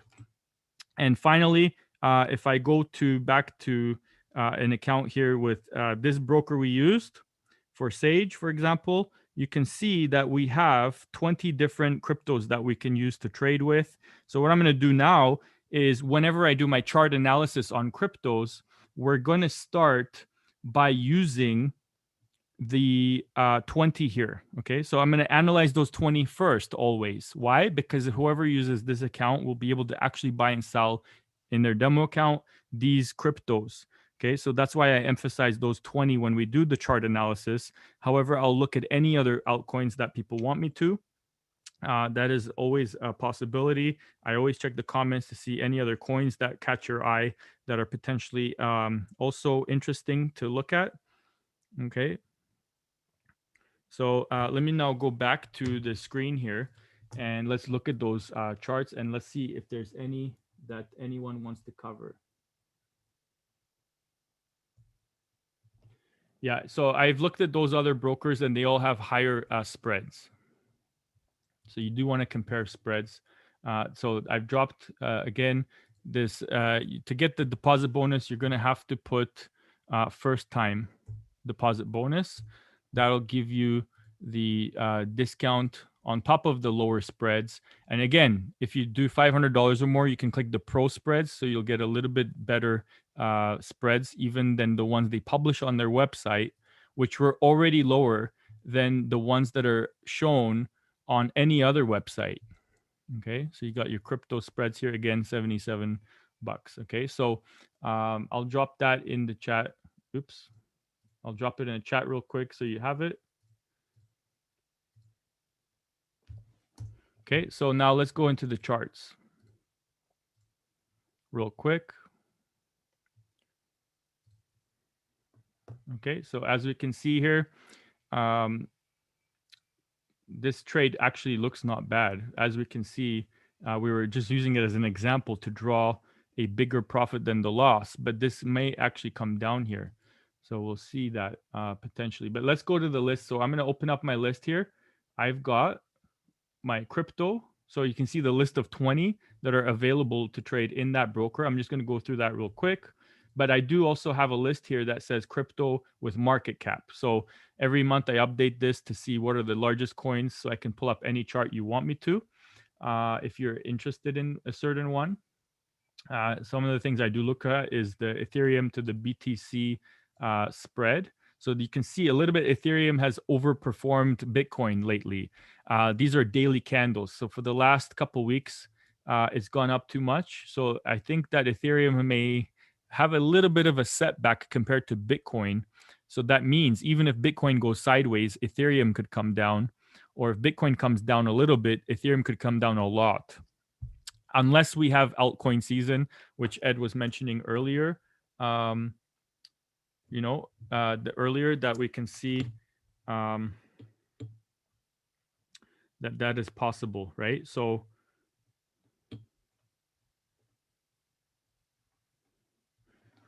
as you can see here,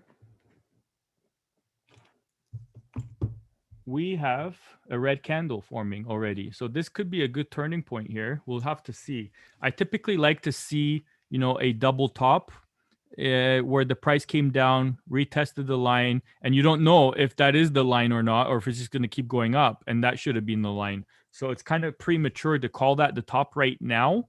However, if you want to be less risky, what you do is you wait for this to decline the second time and have a red candle. Then you can see that there's 2 points. And now you can see also potentially a fresh cross on the MACD. And also we're overbought here, which we are. But we don't see the fresh cross yet on the MACD.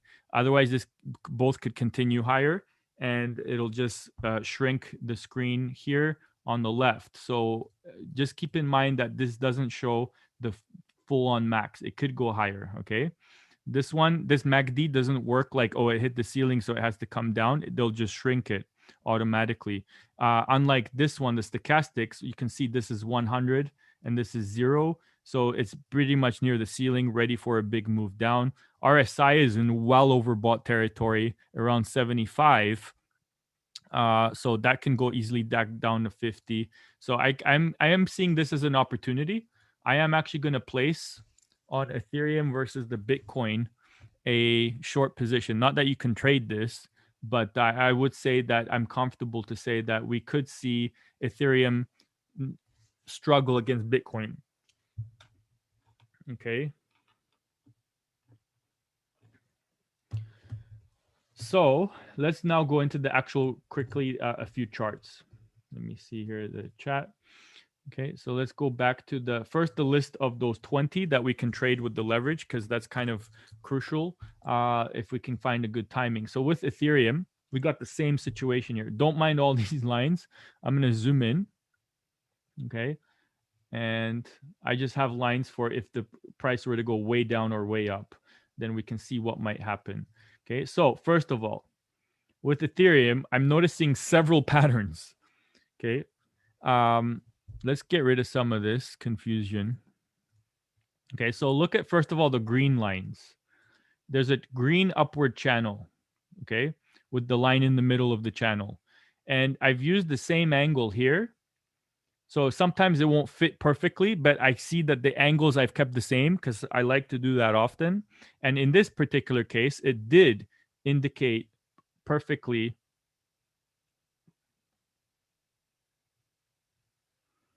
Okay. So it did indicate perfectly the tops. You can see here, we've got the top indicated perfectly. And even again, if I extend the line right, so I should just extend it. Let's go settings, extend line right. Okay, perfectly timed this peak. Okay. And all of these, I can extend right.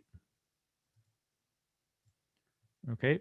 So also it timed perfectly the bottoms. You can see here, you can see here, and you can see the wicks here and then here. So these angles were meaningful on the green lines, the same ones here and the same ones here again. Okay, so let's look at the most recent moves.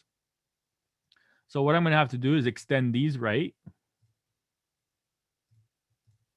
Okay, so that's in my target on the downside, and then here, extend right. So we can see it's behaving the same way as before. This is very interesting. I don't know if this is manipulation of some sort, perhaps the whales playing games. It could almost be that we have some of the influencers timing it based upon this to decide when to make a tweet. All right. As soon as we hit that peak, we could have a tweet to make it bearish. Likewise, we could have a tweet that pushes the price up. So now let's go back and let's ignore the green lines. Now let's look at the black ones. So I've made an upward trending channel here on the black lines. What I wanted to do is keep the angle the same just for fun to see if it means anything. And as we can see here, the black line is kind of incorrect because the price went higher than the black line. So in this particular case, it sort of meant something, but not quite. Okay. The bottom one did, the black one sort of did. Okay. So it's now, okay, maybe less significant, but nonetheless, I copied and pasted the black line again on Ethereum, same exact angle. And this time it did start meaning something significant again. Okay. Obviously, we have spikes, but you can ignore those. Just know, look how perfectly the price hugged this line so many times. Okay. And the bottom one too. So we got the bottom one here. We got the wick touching there, bounced off of that line here. And right now, we're literally at that line, which is why I'm showing this to you. Okay. We're at this crucial moment where it's going to decide, are we going to continue this trend we've seen over the last few days? These are hourly candles. Okay. Or are we going to bounce off of this and jump, which it can do, and remain in this channel? Or will it fail finally, once and for all, retest the black line, create a head and shoulders, and start a move to the downtrend? Okay. And that would be the same height of the head, approximately. So I want to stress one thing. Look at the blue line. This is important because I don't know if you saw on the bigger time frame where it just connected those three major peaks recently. Okay, look how perfectly and this is an occasion where I did use the wicks. Okay, and it basically shows us that this could be it for this current leg higher. And now we could have a major leg lower, and I'm talking hundreds of dollars. This is 2,300 for Ethereum from the current 2,700. Okay, so as we can see at the beginning of this presentation, I saw this touching the blue line. Already we're down here, so it's already dropped off from 27.36 already down to 27.86. So almost $50 lower already. And this could just be the beginning. This would not be something where I would consider it by the dip, because that's a dip. Okay, it can just keep on dipping all the way easily down to here. Okay, based on these recent moves here. So I should probably make a darker blue so you can see what I'm looking at here. These major moves, we could potentially now be forming a head and shoulders and getting ready for a decline, prolonged decline, especially since Bitcoin is now much cheaper than Ethereum in relation to one another than where they stood against each other just the other day. So, I like to focus on Bitcoin, Ethereum. Guess what else is not helping? This very bearish sign here. This looks like it's about to make a fresh cross. So this is not financial advice, but myself personally, my opinion based on what I will do is definitely not be opening any long positions here on Ethereum, despite being on the fundamentals side extremely bullish for Ethereum. This is not the moment that I will continue holding my Ethereum position.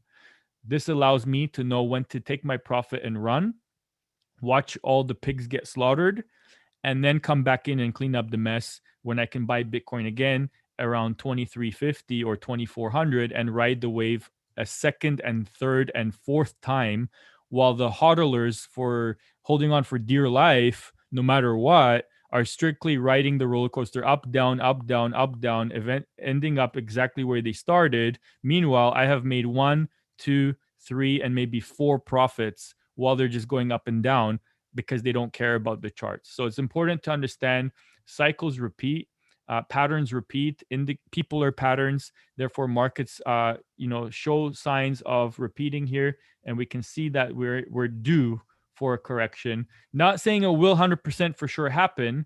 The one bullish sign that we would need to see is a break above this blue line convincingly. Okay, so for the bull camp, You need to see the price quickly jump immediately while it still has a chance to remain in this black channel still and convincingly close above this blue line with 3 candles. Okay, so you want to see probably 3 days above this blue line. That's not going to be easy. That means this indicator has to stay up here for 3 more days. Okay, so until here. So that's not going to be very realistic to expect that. It can happen, but if it can stay above this blue line for 3 days, that would open up the door to a hell of a lot more buying. So that goes back to our types of order entries. We would do a buy stop, where if the price goes up to here only, then I will become a buyer. So I wanted to give that disclaimer. Despite me being extremely bearish right now, if we hit that level, I become bullish. And again, things can change 5 minutes after I turn off the chart. So be aware that indicators change. That's for Ethereum. Let's have a look what Bitcoin's doing, because that can also be a key driver. Looks like we've actually broken above this trend line here, this black line. So that is a bullish sign. Okay, we didn't even get a retest. That is working in its favor. And look, it shot up straight to this zone we have here pre-programmed earlier. Now it's going to fight to go to these next levels. That is potentially a possibility. However, we seem to have a fresh cross forming here also. So we could see that we have here the blue line crossing now below the red, potentially about to do so right now. Okay, so these are 4-hour candles. If I look up here, and what I'm going to do is change this to daily candles. So don't mind the mess. Okay, I'm just going to zoom in. Okay, so it looks like it's quite neutral for me at this moment right now. Although I do see one thing here, we could potentially be having a head and shoulders starting to form the right shoulder here. So that tells me that we could be somewhat of a decline down to this level. I would not be surprised to hit the 48,000s or sub 50,000s just to complete this blue head and shoulders to touch the neckline, at which point it'll have a war. It'll decide, are we going to stay above the neckline and continue being bullish, or fall below the neckline and open up the door for a massive decline. We're talking from 62 grand down to 52, another $10,000 decline from the $48,000 level, which would open up the door to a decline of 38,000. If the head and shoulders materializes, let's see what we have here.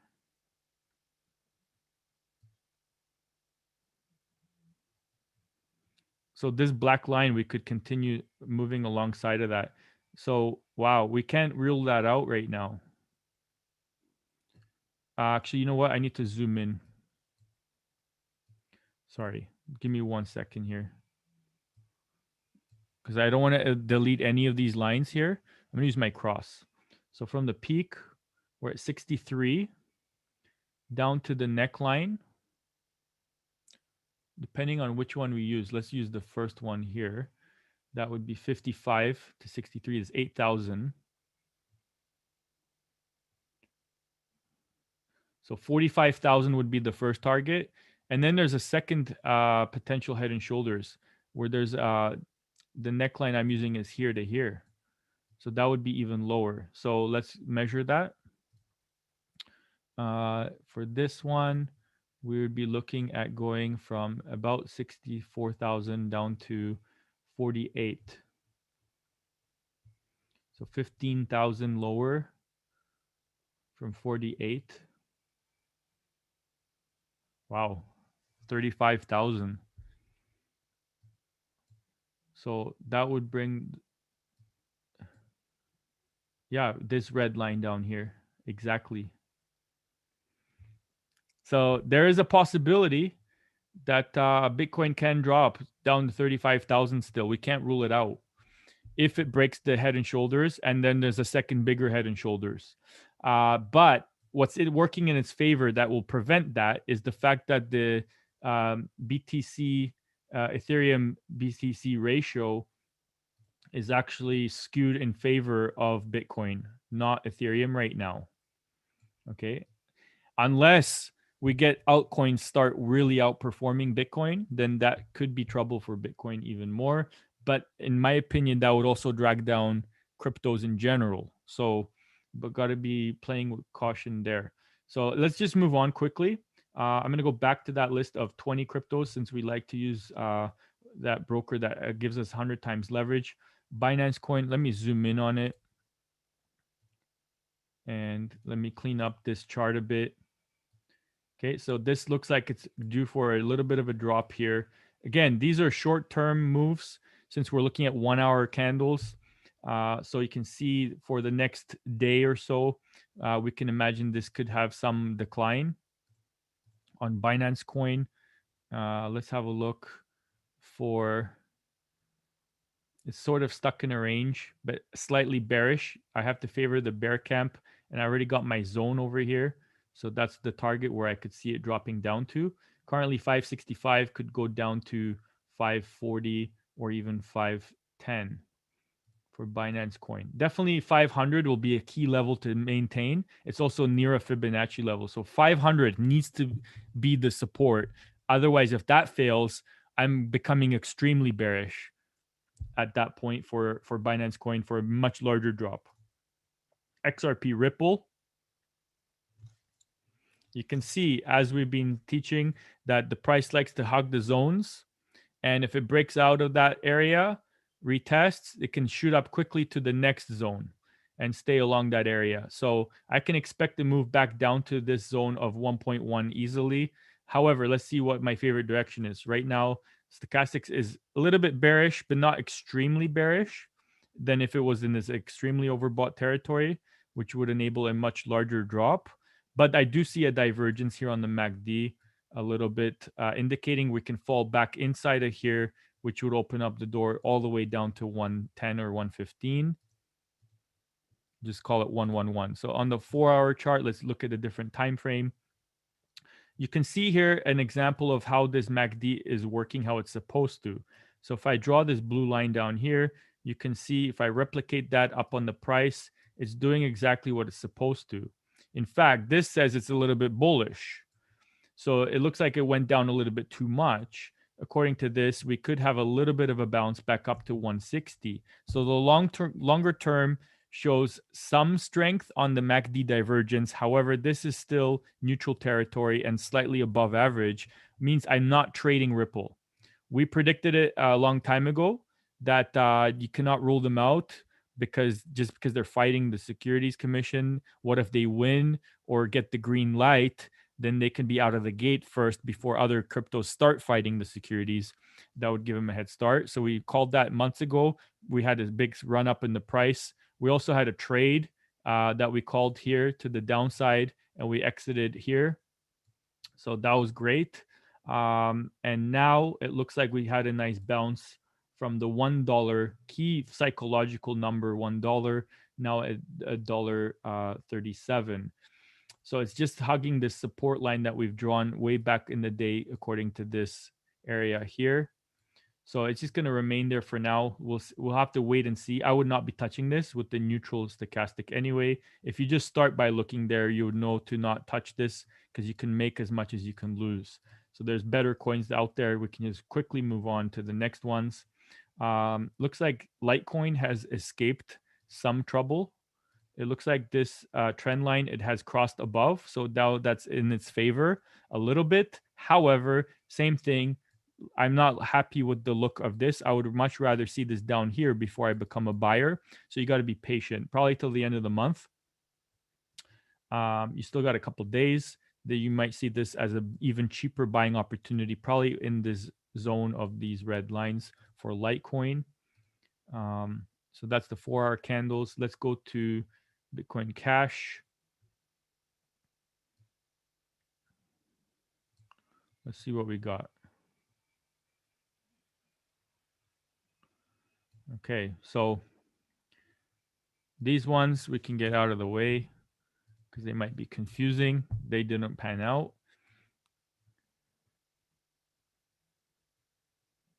So we can see the support line that gave was this black line here, which I'm going to change to be purple. So the purple line gave up the support. We can see the price bounced several times off of this support, but then it failed. As soon as it failed, it crashed all the way back down to this line, which was a channel that could eventually one day be again the channel that it trades within. If this were to fall back in here, then it's trapped in here again.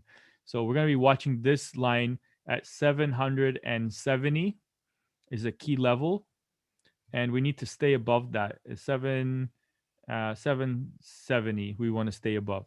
Okay. If it can do that, then we can remain bullish for Bitcoin Cash. But if not, I became extremely bearish. XLM. Wow, we got the nice trade in here. So this is what we were talking about on the previous chart. Bitcoin Cash, if it falls back, you can see the channel I have here.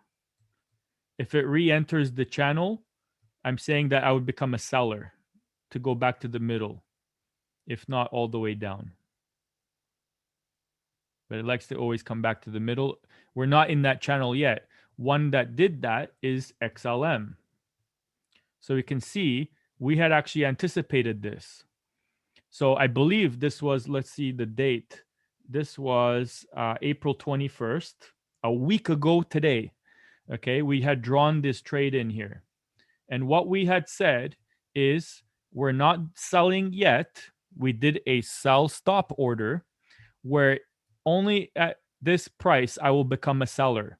The price was still above this territory. And we said if it has the danger of falling back inside of this channel, we'll start selling.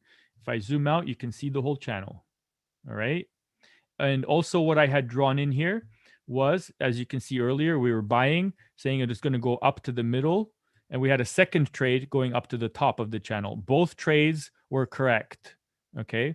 Both trades made profit. Then we escaped the channel. But look what happened. We had a head and shoulders shape, which we drew.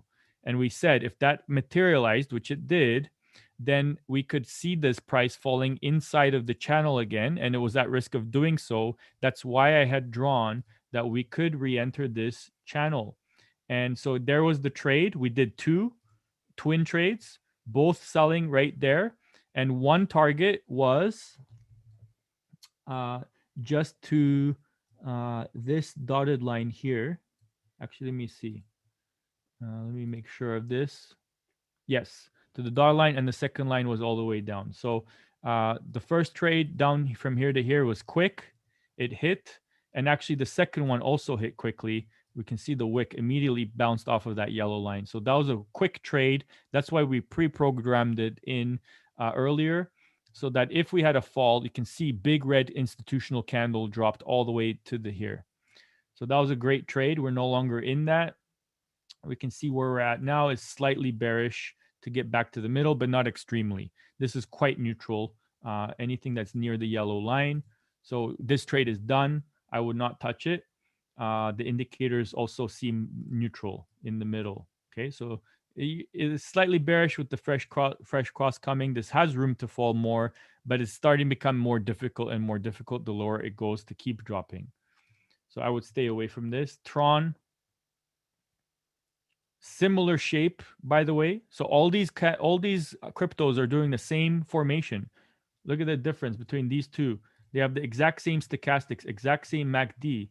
There's no difference. I'm talking about here and here. Look at the difference when I switch back and forth. So there's Tron. That's true. Tron and XLM. They're exactly the same almost. Okay, so that's kind of cool about cryptos. We can learn to trade one. We can learn to trade all of them quite easily. I guess we're going to move on from these neutral ones. Here's EOS. Same thing as Tron. They all have the same indicators. Both of them telling me I got to be patient, come back another day. Although this looks a little bit bearish, IOTA. You know, the trajectory is down, but I don't like the fact that it's in the middle. I won't trade that. But if I had a gun to my head, I have to pick a direction. I would say to the downside, we could have a fresh cross right here. We could re-enter this channel. Okay. Although it is an upward trending channel, I don't think it's going to be easy for this to stay where it's at. I think that this is finally going to give up and go lower. It depends on Bitcoin. So we got Neo Dash. Okay, let's have a look at this one. Same indicators. So I'm not a happy camper at all, buying or selling when I see these indicators right in the middle where they're supposed to be. I like to catch opportunities when it's way too low or way too high. Okay, so I'm moving on from this chart, but let's just take a look here and notice that we can draw our channels, um, you know, all the time. We can be selling when we're near the top, going back to the middle. We can be buying from the bottom, going back to the middle. So there's a couple trades here, and you can put your stop losses outside of that pattern. Now we can see we've collapsed below, out entirely outside of this. So what I might do is actually clone this line and make it a secondary green line with the same distance as the fan shape. Okay, so I'm going to watch that level. And actually, let's put in a fourth one. This is actually kind of neat because now we're having a full-on channel with the same distances.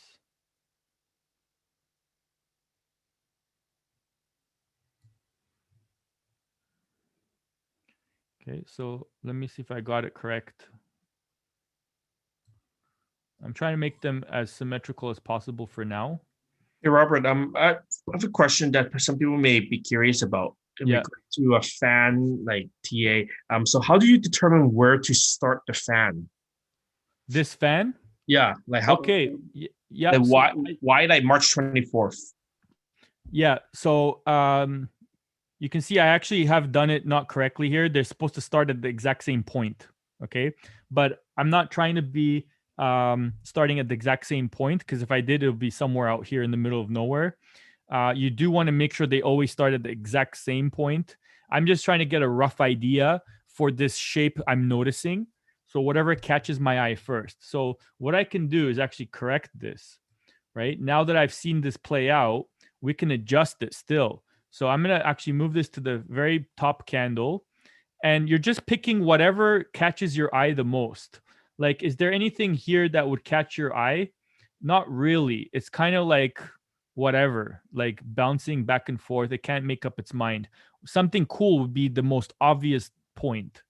Okay, so you're not looking at this one, because what happened, it happened again an even lower point. So there's less significance now for that first one if there's two of them fighting for attention. Think of it as twins, right? Which one would you date?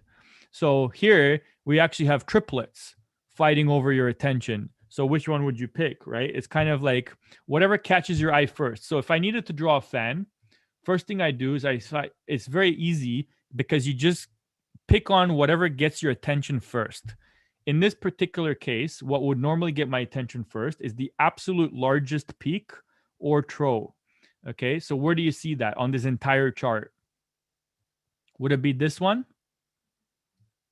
or this one? Is it A, B, or C? What do you think?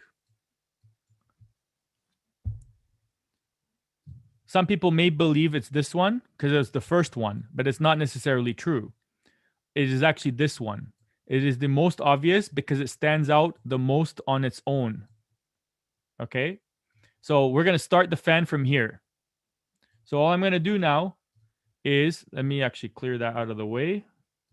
I'm going to now get my trend lines and start from the exact same point. And let's just look for the next most common tips. Either they can be tops or bottoms. So I'm going to go for this peak over here. And I'm going to make another one, same starting point, exact same starting point, another one here. So I've got my two tips, 1 and 2. Now that I've drawn two lines, I'm now got an easy job. All I got to do is maintain the distance from here to here symmetrically. So I'm no longer looking for tips. I'm now looking for this gap between the two lines to stay the same. So we're going to start from the same point. Even if it makes no sense, I'm going to just keep the distances the same. Okay, so it looks identical. And you just keep drawing it out in whichever direction you think. This direction doesn't make sense because we're getting further away from the current price, but just showing you how I draw them. Okay, and it doesn't matter how many, you're just going to keep going, and then eventually you're going to find that it means something again. Okay, so notice it matched up nicely with this one here, but I didn't draw that because that's where the peak was. I drew it because I wanted to maintain this same as much as possible. I'll probably zoom in and do this more correctly later on. If I saw that the price is hovering around here and how far down it could go, but where that ship has sailed, we're actually further up. So this fan is kind of useless for us at this moment, unless Dash crashes completely, right? And it has a very big tumble, it'll start being meaningful once again. But until then, that's a useless fan, right? So, but you start by looking for them from the most obvious peak, and then look at drawing the next two most obvious peaks, and then just keep the same distance between them. Okay, so why did I choose this bottom here, do you think? Because it was the most obvious bottom I could find, right? I could have started here. It probably would work too, right? Let me try quickly with the blue lines. Let's go. Um, make it blue. Okay. And the next most obvious bottom is this one, which is where I actually started from. And then what I want to do also, rather than going to the next area, which I don't know if it's this peak or which one, what we can do is we can go from, we started our here, we got the most obvious bottom peak. Now let's go straight to the most obvious top peak. This is the other way you can draw. So now we're going to connect those. And then all we do is find the exact 50% line. So let's put that in. Actually, let me get rid of these ones quickly,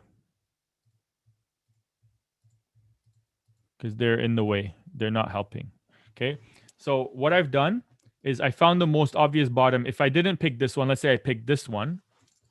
Now we're drawing the blue lines. When I start there, I need to find the absolute next bottom. It's not this one, it's this one, it's lower. So I got my first line. Now I'm going to pick the top line, which is up here. So let's connect those. We're going to go from the same point to that. And we just continue now with going 50, 50, 50. So we're going to go from the exact same starting point, go using your eye, go exactly 50% of the way. And notice how that actually did give some significance for a significant time period that the chart spent there in the future. And this is all based on here in February starting point. Okay. Now what I can do is I can go 50% of the 50% line, go exactly halfway again, and go exactly halfway again. I'm not even looking at the peaks and bottoms anymore. I'm just trying to make these as symmetrical as possible so that this is the same as this and same as this and same as this. And look what happened. Look how I just nailed it on the head right there with this predicted that where this bottom would occur for this coin. So now I've shown you how I draw the fans. I've got two fans that are overlapping and they're in a meaningful direction because we're in between both of the fans. Sometimes you've seen me do this where I'll make the line actually a dotted line, more like a dashed line. And for the other one here, it's actually too low. I need to make it halfway because we just adjusted it. So I'm going to have to adjust this. Let's adjust the yellow line to be exactly halfway between the top and bottom first. And then these red lines and green lines that we're going to make dashed. So you got kind of how I did the support and resistance. I got to adjust this green one to be halfway. Okay, so you can see all I've done is pick the top absolute peak and the bottom absolute peak and bottom. And then I just put the yellow line smack in the center. And you can see that has actually worked. Okay, so you can always adjust things afterwards. And then this dotted line works nicely here, quite significantly. You could have done this earlier just by getting the first two, and then you can put the next two just for fun. And then you can see that predicted how far it would drop. So I like to use fans quite a bit. I don't draw them often because it's confusing. But right now, if we're going to overlap the two, the blue one and the rainbow colored one, or the traffic light colored one, where are we at? Are we closer to the middle, the bottom, or the top half? Well, for the colored one, actually, let me do it correctly. For the colored fan,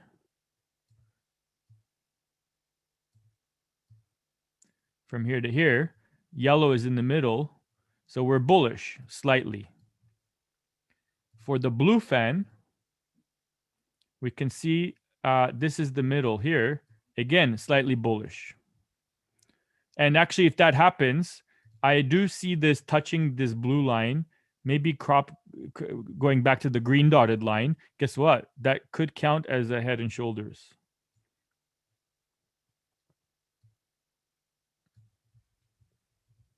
Let's see here. If this goes back up to here, that could already count as one. So if it goes any lower and higher. So there's a chance that this could bounce, and then that could be the second head and shoulders. So this does have potential to arrive back up to here at 420 for Dash. But it also gives you a nice indication of if you want to be really conservative, wait till it's down here and only buy it at 250 or 260, right? So you're absolutely at the very bottom green line of support for the rainbow colored one and pretty low for the blue one, both indicating a much higher move. So that's how you can use your fans, and that's how you draw them. Again, just catch the first bottom that catches your eye. If you can't make up your mind, draw both. And in this case, we didn't need to draw this one downward because we know that the price is way further away than all of those lines. So it's not helping. These two are helping. BAT, we could do the same thing here. But this would be a tougher one because you don't know if you want to pick on this peak or this peak. So you'd probably draw like a bunch of fans, right? You can have two. And I'm telling you that that's going to be a meaningful fan, whichever one you choose. Okay, so we could use that. And it's going to give you nice targets for both the upside and downside. And that's in addition to using the horizontal tool, right, that you want to use. That will also help. That's interesting. We got a nice channel there.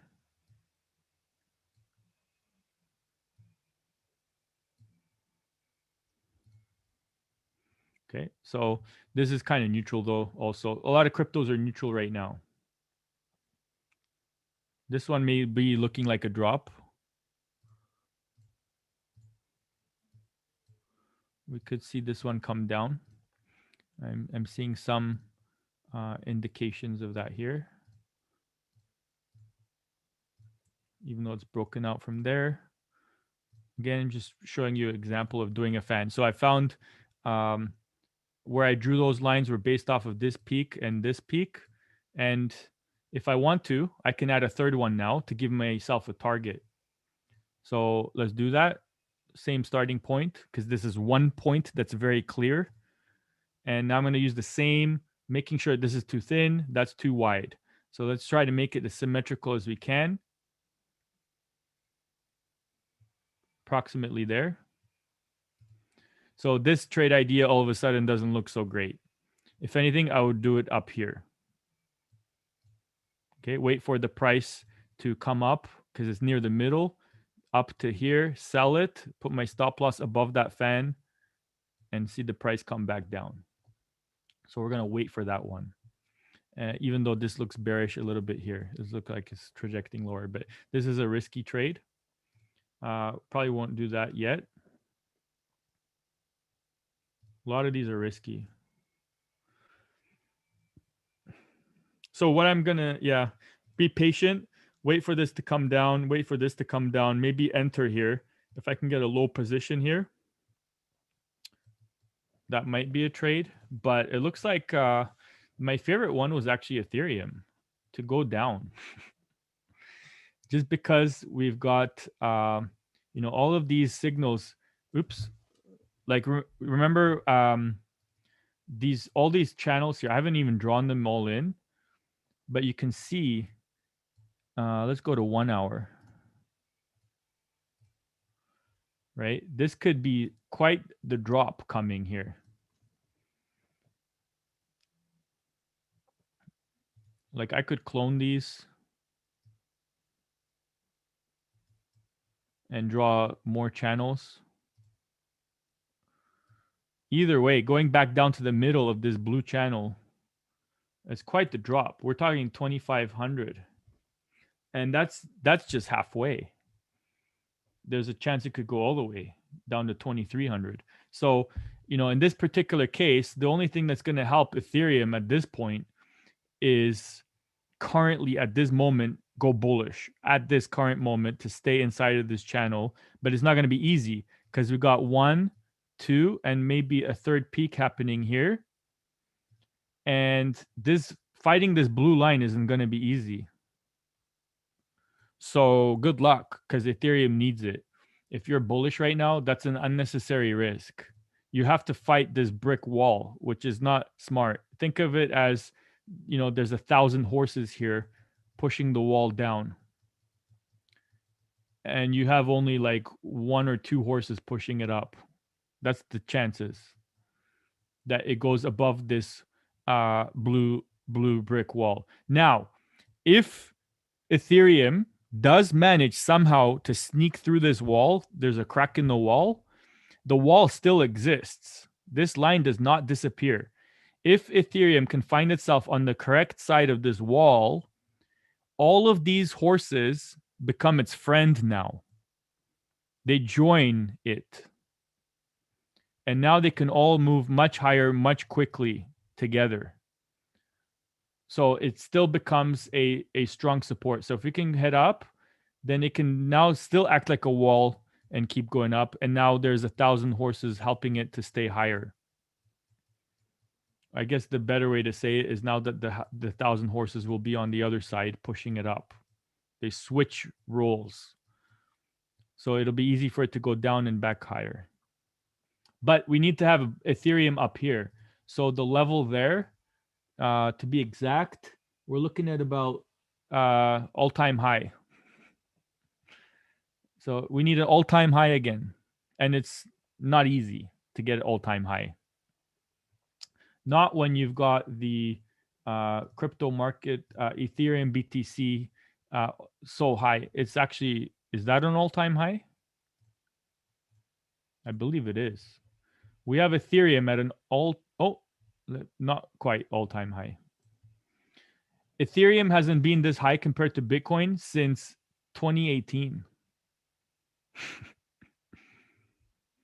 Okay, almost 3 years ago, Ethereum was better than this level it is compared to Bitcoin. So it's making a comeback. I guess you could call this a cup and handle, right? And I believe that will happen. I believe Bitcoin can lose a lot more ground to Ethereum in the future. Will it happen right now, though? That's anybody's guess. I would like to say that I would be comfortable making a sell position here if this was tradable. Right? You can do your resistance here. Although it's crossed above that, I don't think it's going to stay there.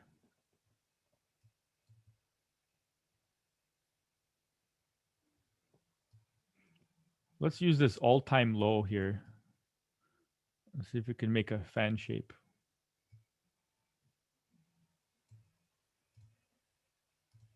Let's use the next peak. That explains it. That's why it's there. And let's put a little bit to the downside, a target for us. See how far down this can go. I'm no longer looking at any peaks. I'm just making this as symmetrical as I can to see. And it actually played out with the peaks nicely. Right? So yeah, so you can see that this can come down easily. And you can do 3. I'm going to do 4 just for keeping things symmetrical sake. I'm going to do 4.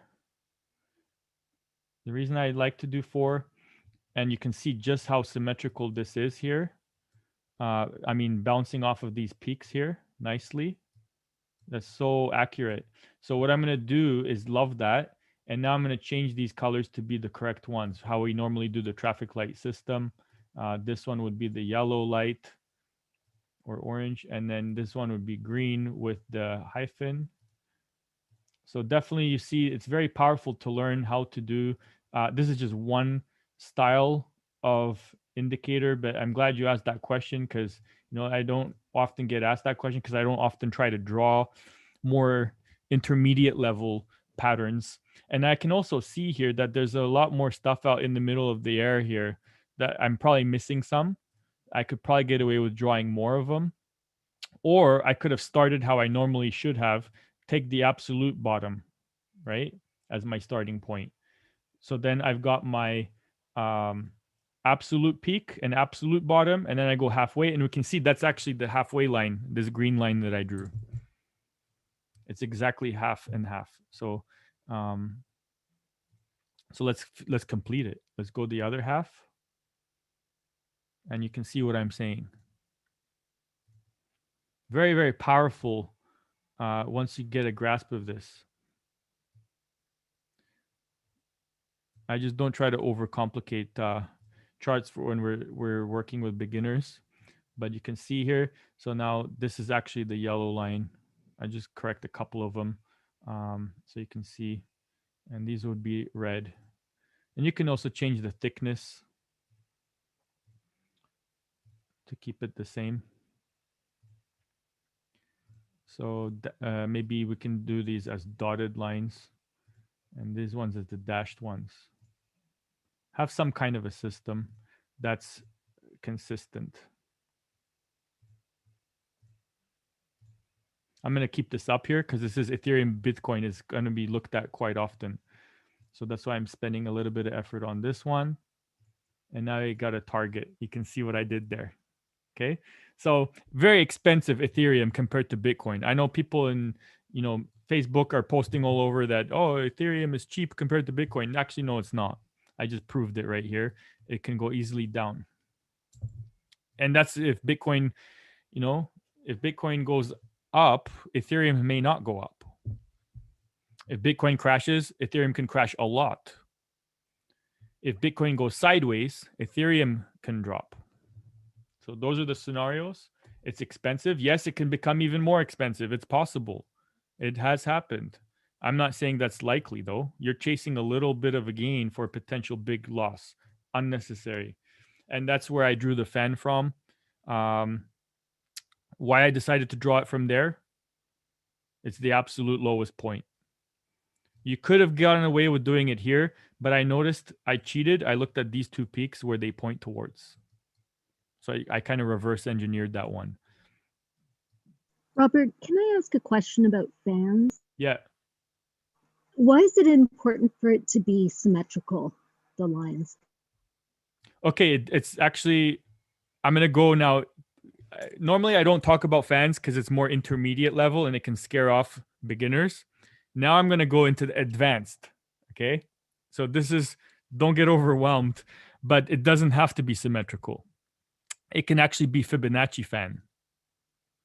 Okay. So you got, let me see here. You've got your pitchforks. They actually have Fibonacci fans also. Let me see.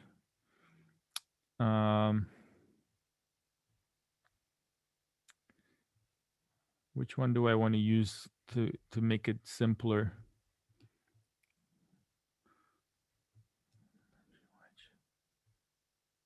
We're not doing the Fibonacci wedge.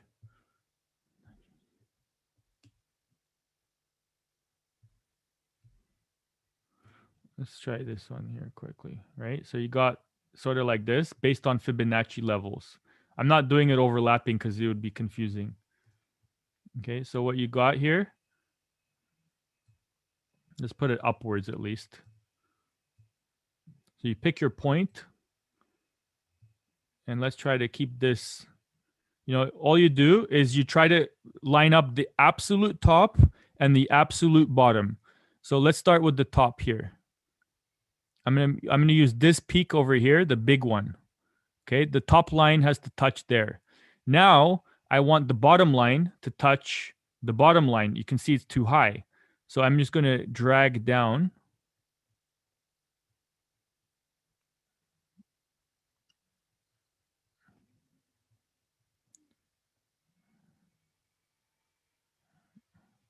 As close as I can. So those are two, you can't go sideways. So let's ignore the sideways one.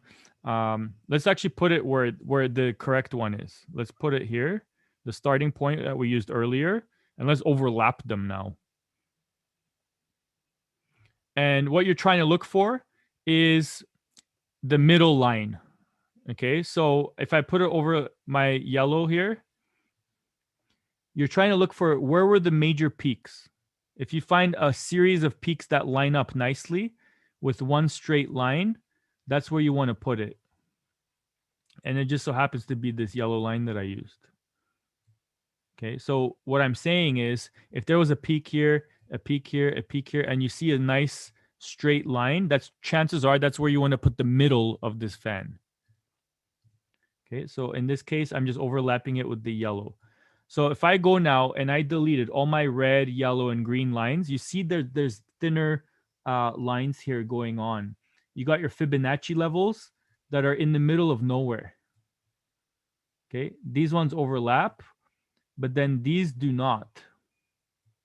You got your Fibonacci, you got the one I drew. These overlap. These are sort of off. Okay, so it's nice to see the Fibonacci fan too. It's actually quite powerful. Sometimes I'll use the Fibonacci fan, not the symmetrical ones, but it's a lot more confusing. You see the 70, you got 61.8, 50%, 38%. Let's pick another chart quickly and just do a quick one. So if I go to here, right? So where would we use a starting point? I'm just going to use this bottom and this peak. So I'm going to do the same thing. Click on that point. And let's pick the absolute top. And let's just use the body for not the wick for this example. Okay, so there you go. So I can expect the middle line very easily to be touched. But it's not exact because the way I drew them symmetrically, you have the middle line. What you don't get are these other ones, 38.2%. You don't get the 0.25%. You do get the 0.51. Okay, the way that I draw them. So that's something that is very powerful to use in conjunction with horizontal lines. But as you can see, it's quite messy if you have a lot more indicators on the chart too, like our moving average, Bollinger Band. Now it's kind of hard to see it, right? So what you'll do is you'll have to turn it off temporarily, which you can do here. You can turn off your drawing tools. You can just mute it with the eyeball. That's why next masterclass, I want to go over how to use these different tools. So now you're not overwhelmed. You can actually see stuff. Okay, so yeah, great question. But you can see those are the things. So we're going to wrap up here because we have to be mindful of our time. We do have people on the East Coast. Let's have a look here real quickly. Yeah, we have quite a bit people on. Okay, so I just want to, let's see here, point out that, if you want to use these tools, you want to do that. The competition didn't go really the best. We kind of set up the team the day before the cutoff for the invitation. So we didn't even get to invite our whole team, train people on how to place the trades and actually have performance. So during the competition, I spent more time trying to teach people how to figure out how to place trades. So, but it's a good learning experience. It's fun to trade as a team. So instead, what we're going to do is when they have the next one in 3 or 4 months, I'm going to have everybody in there that wants to participate, and we're going to train them a week in advance how to actually practice placing trades together, so that during the actual competition itself, we'll actually be just looking at the charts, figuring out what we want to buy and sell, not how to do it. So that'll be more fun when we have more than just a handful of participants. But yeah, we'll actually go for trying to win all top 20 spots, not just top spots. So that'll be fun when we can outperform every team.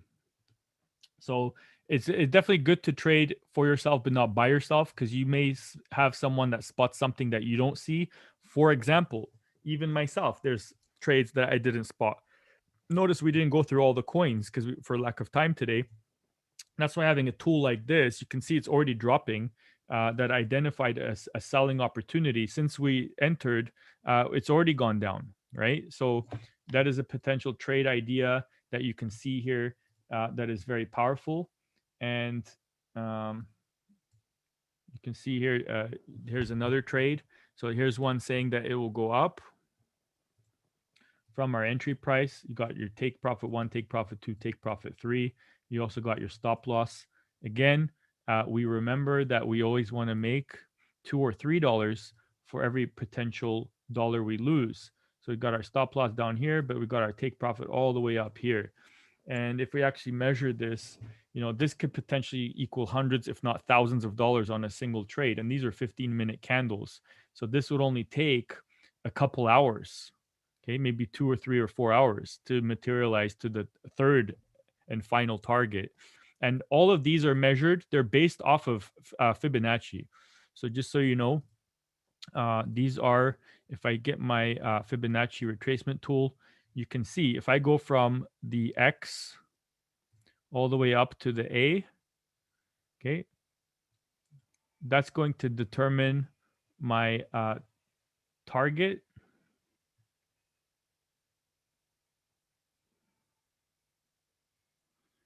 Okay, 1 second here. Let's do that again. Let's go now from the C to the D. Okay, so you see that's the Fibonacci for the 38% level, which is take profit 2. Or sorry, take profit 1.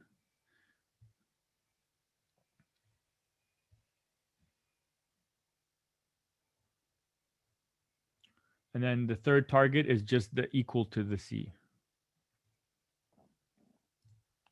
So that's all based off of Fibonacci, this harmonic pattern, which is very complex, very difficult to see with the naked eye. If I were to tell you, look, there's no Fibonacci, I don't have my trade idea here, and if I get rid of this, you can see it's not easy to find on your own.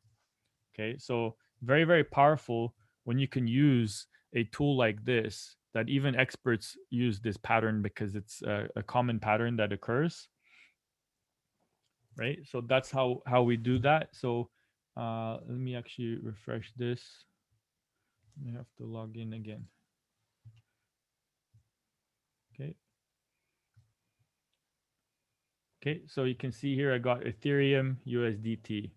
So we were saying that this can drop Ethereum, and this agrees with me on the direction. Okay, we can see our take profit is to the downside from the entry. They called it a little bit too early. So again, you don't have to use the same stop loss as they suggest, because you see that's a small stop loss compared to a very massive profit. So you can actually afford to have a slightly bigger stop loss and still have a way bigger profit. And what I'll do is I'll usually zoom back out to see, have we been that high before? I know Ethereum has not. Otherwise, we would use that peak and put the stop loss higher than that. So Ethereum has been extremely strong. I don't think it's going to be easy for it to maintain that trend, quite frankly. You'd think some people are going to take profit. This could be rounding out right now, the peak. We could be hitting the head and shoulders if it can't go any higher for a new all-time high. So it's nice to have these tools here. You got your Tron saying it'll go down. It already hit the take profit 1. I can't show you more because this is proprietary information. Maybe link, I'll show you an older one. So this one here, You can see it shot straight up from the time it called the trade at the entry, went all the way up to here. So that's quite a big jump, right? You see the stop loss,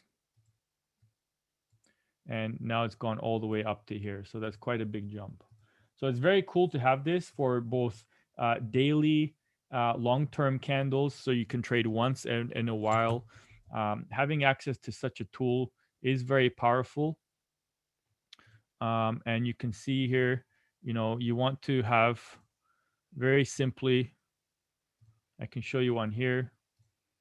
When you have the scanner, all you're doing is you're looking for where is the stop loss. This one is lower, so then we know we're losing money if it goes lower.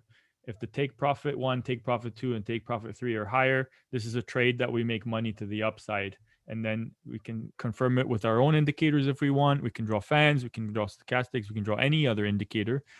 Also, to the downside, we can call trades. So it's not just hodling for dear life and don't care what the charts are saying. That's just foolish, in my opinion, to ignore when there's opportunities to have higher probability setups to go up, higher probability setups to go down. And here we can see even the RSI is at 70. It's too high. It's ready to go back down to 50. The stop loss is higher. So that's stopping the bleeding if it goes higher. So that's not a good thing if we're bleeding. So if it goes up, it's bad. And if it goes down, take profit 1, take profit 2, take profit 3. Profit is a good word. If it's going down to the profit, that means we want this to drop. So we talked about execution types a little bit. We did a demo account. We talked about introducing there's different types of orders. We don't have time to cover everything, strictly just for time's sake. So if anyone does want to learn more, I'm going to encourage them to book an hour with me and set up a time, and also book for the next appointment. However, if you're interested in such tools, which I'm going to cover on the next masterclass, how to use this tool, that's quite important to use, and I'm going to show you how to practice using TradingView. So a little bit like today when we were showing how to turn off the indicators. So remember, we still have that fan there, but not to have it on all the time. There's different tricks you can use to have a better idea for when to enter. So it sounds complicated, it sounds overwhelming, because at first glance it might seem that way, but understand, you don't need to use every single indicator. You don't need to understand every single strategy. I teach a lot of them, but you can pick and choose. As long as you got one thing that works, you can repeat it over and over again and continue profiting in the markets over and over again. What I will say is that you do want to learn how to trade, then there's a couple things to do, and that would be to reach out to me, book a one-on-one, and I can see where you're at and help you specifically with whatever level you're at. I've traded everything: stocks, options, commodities, forex, for crypto, you name it. I have done successfully well over the very long term.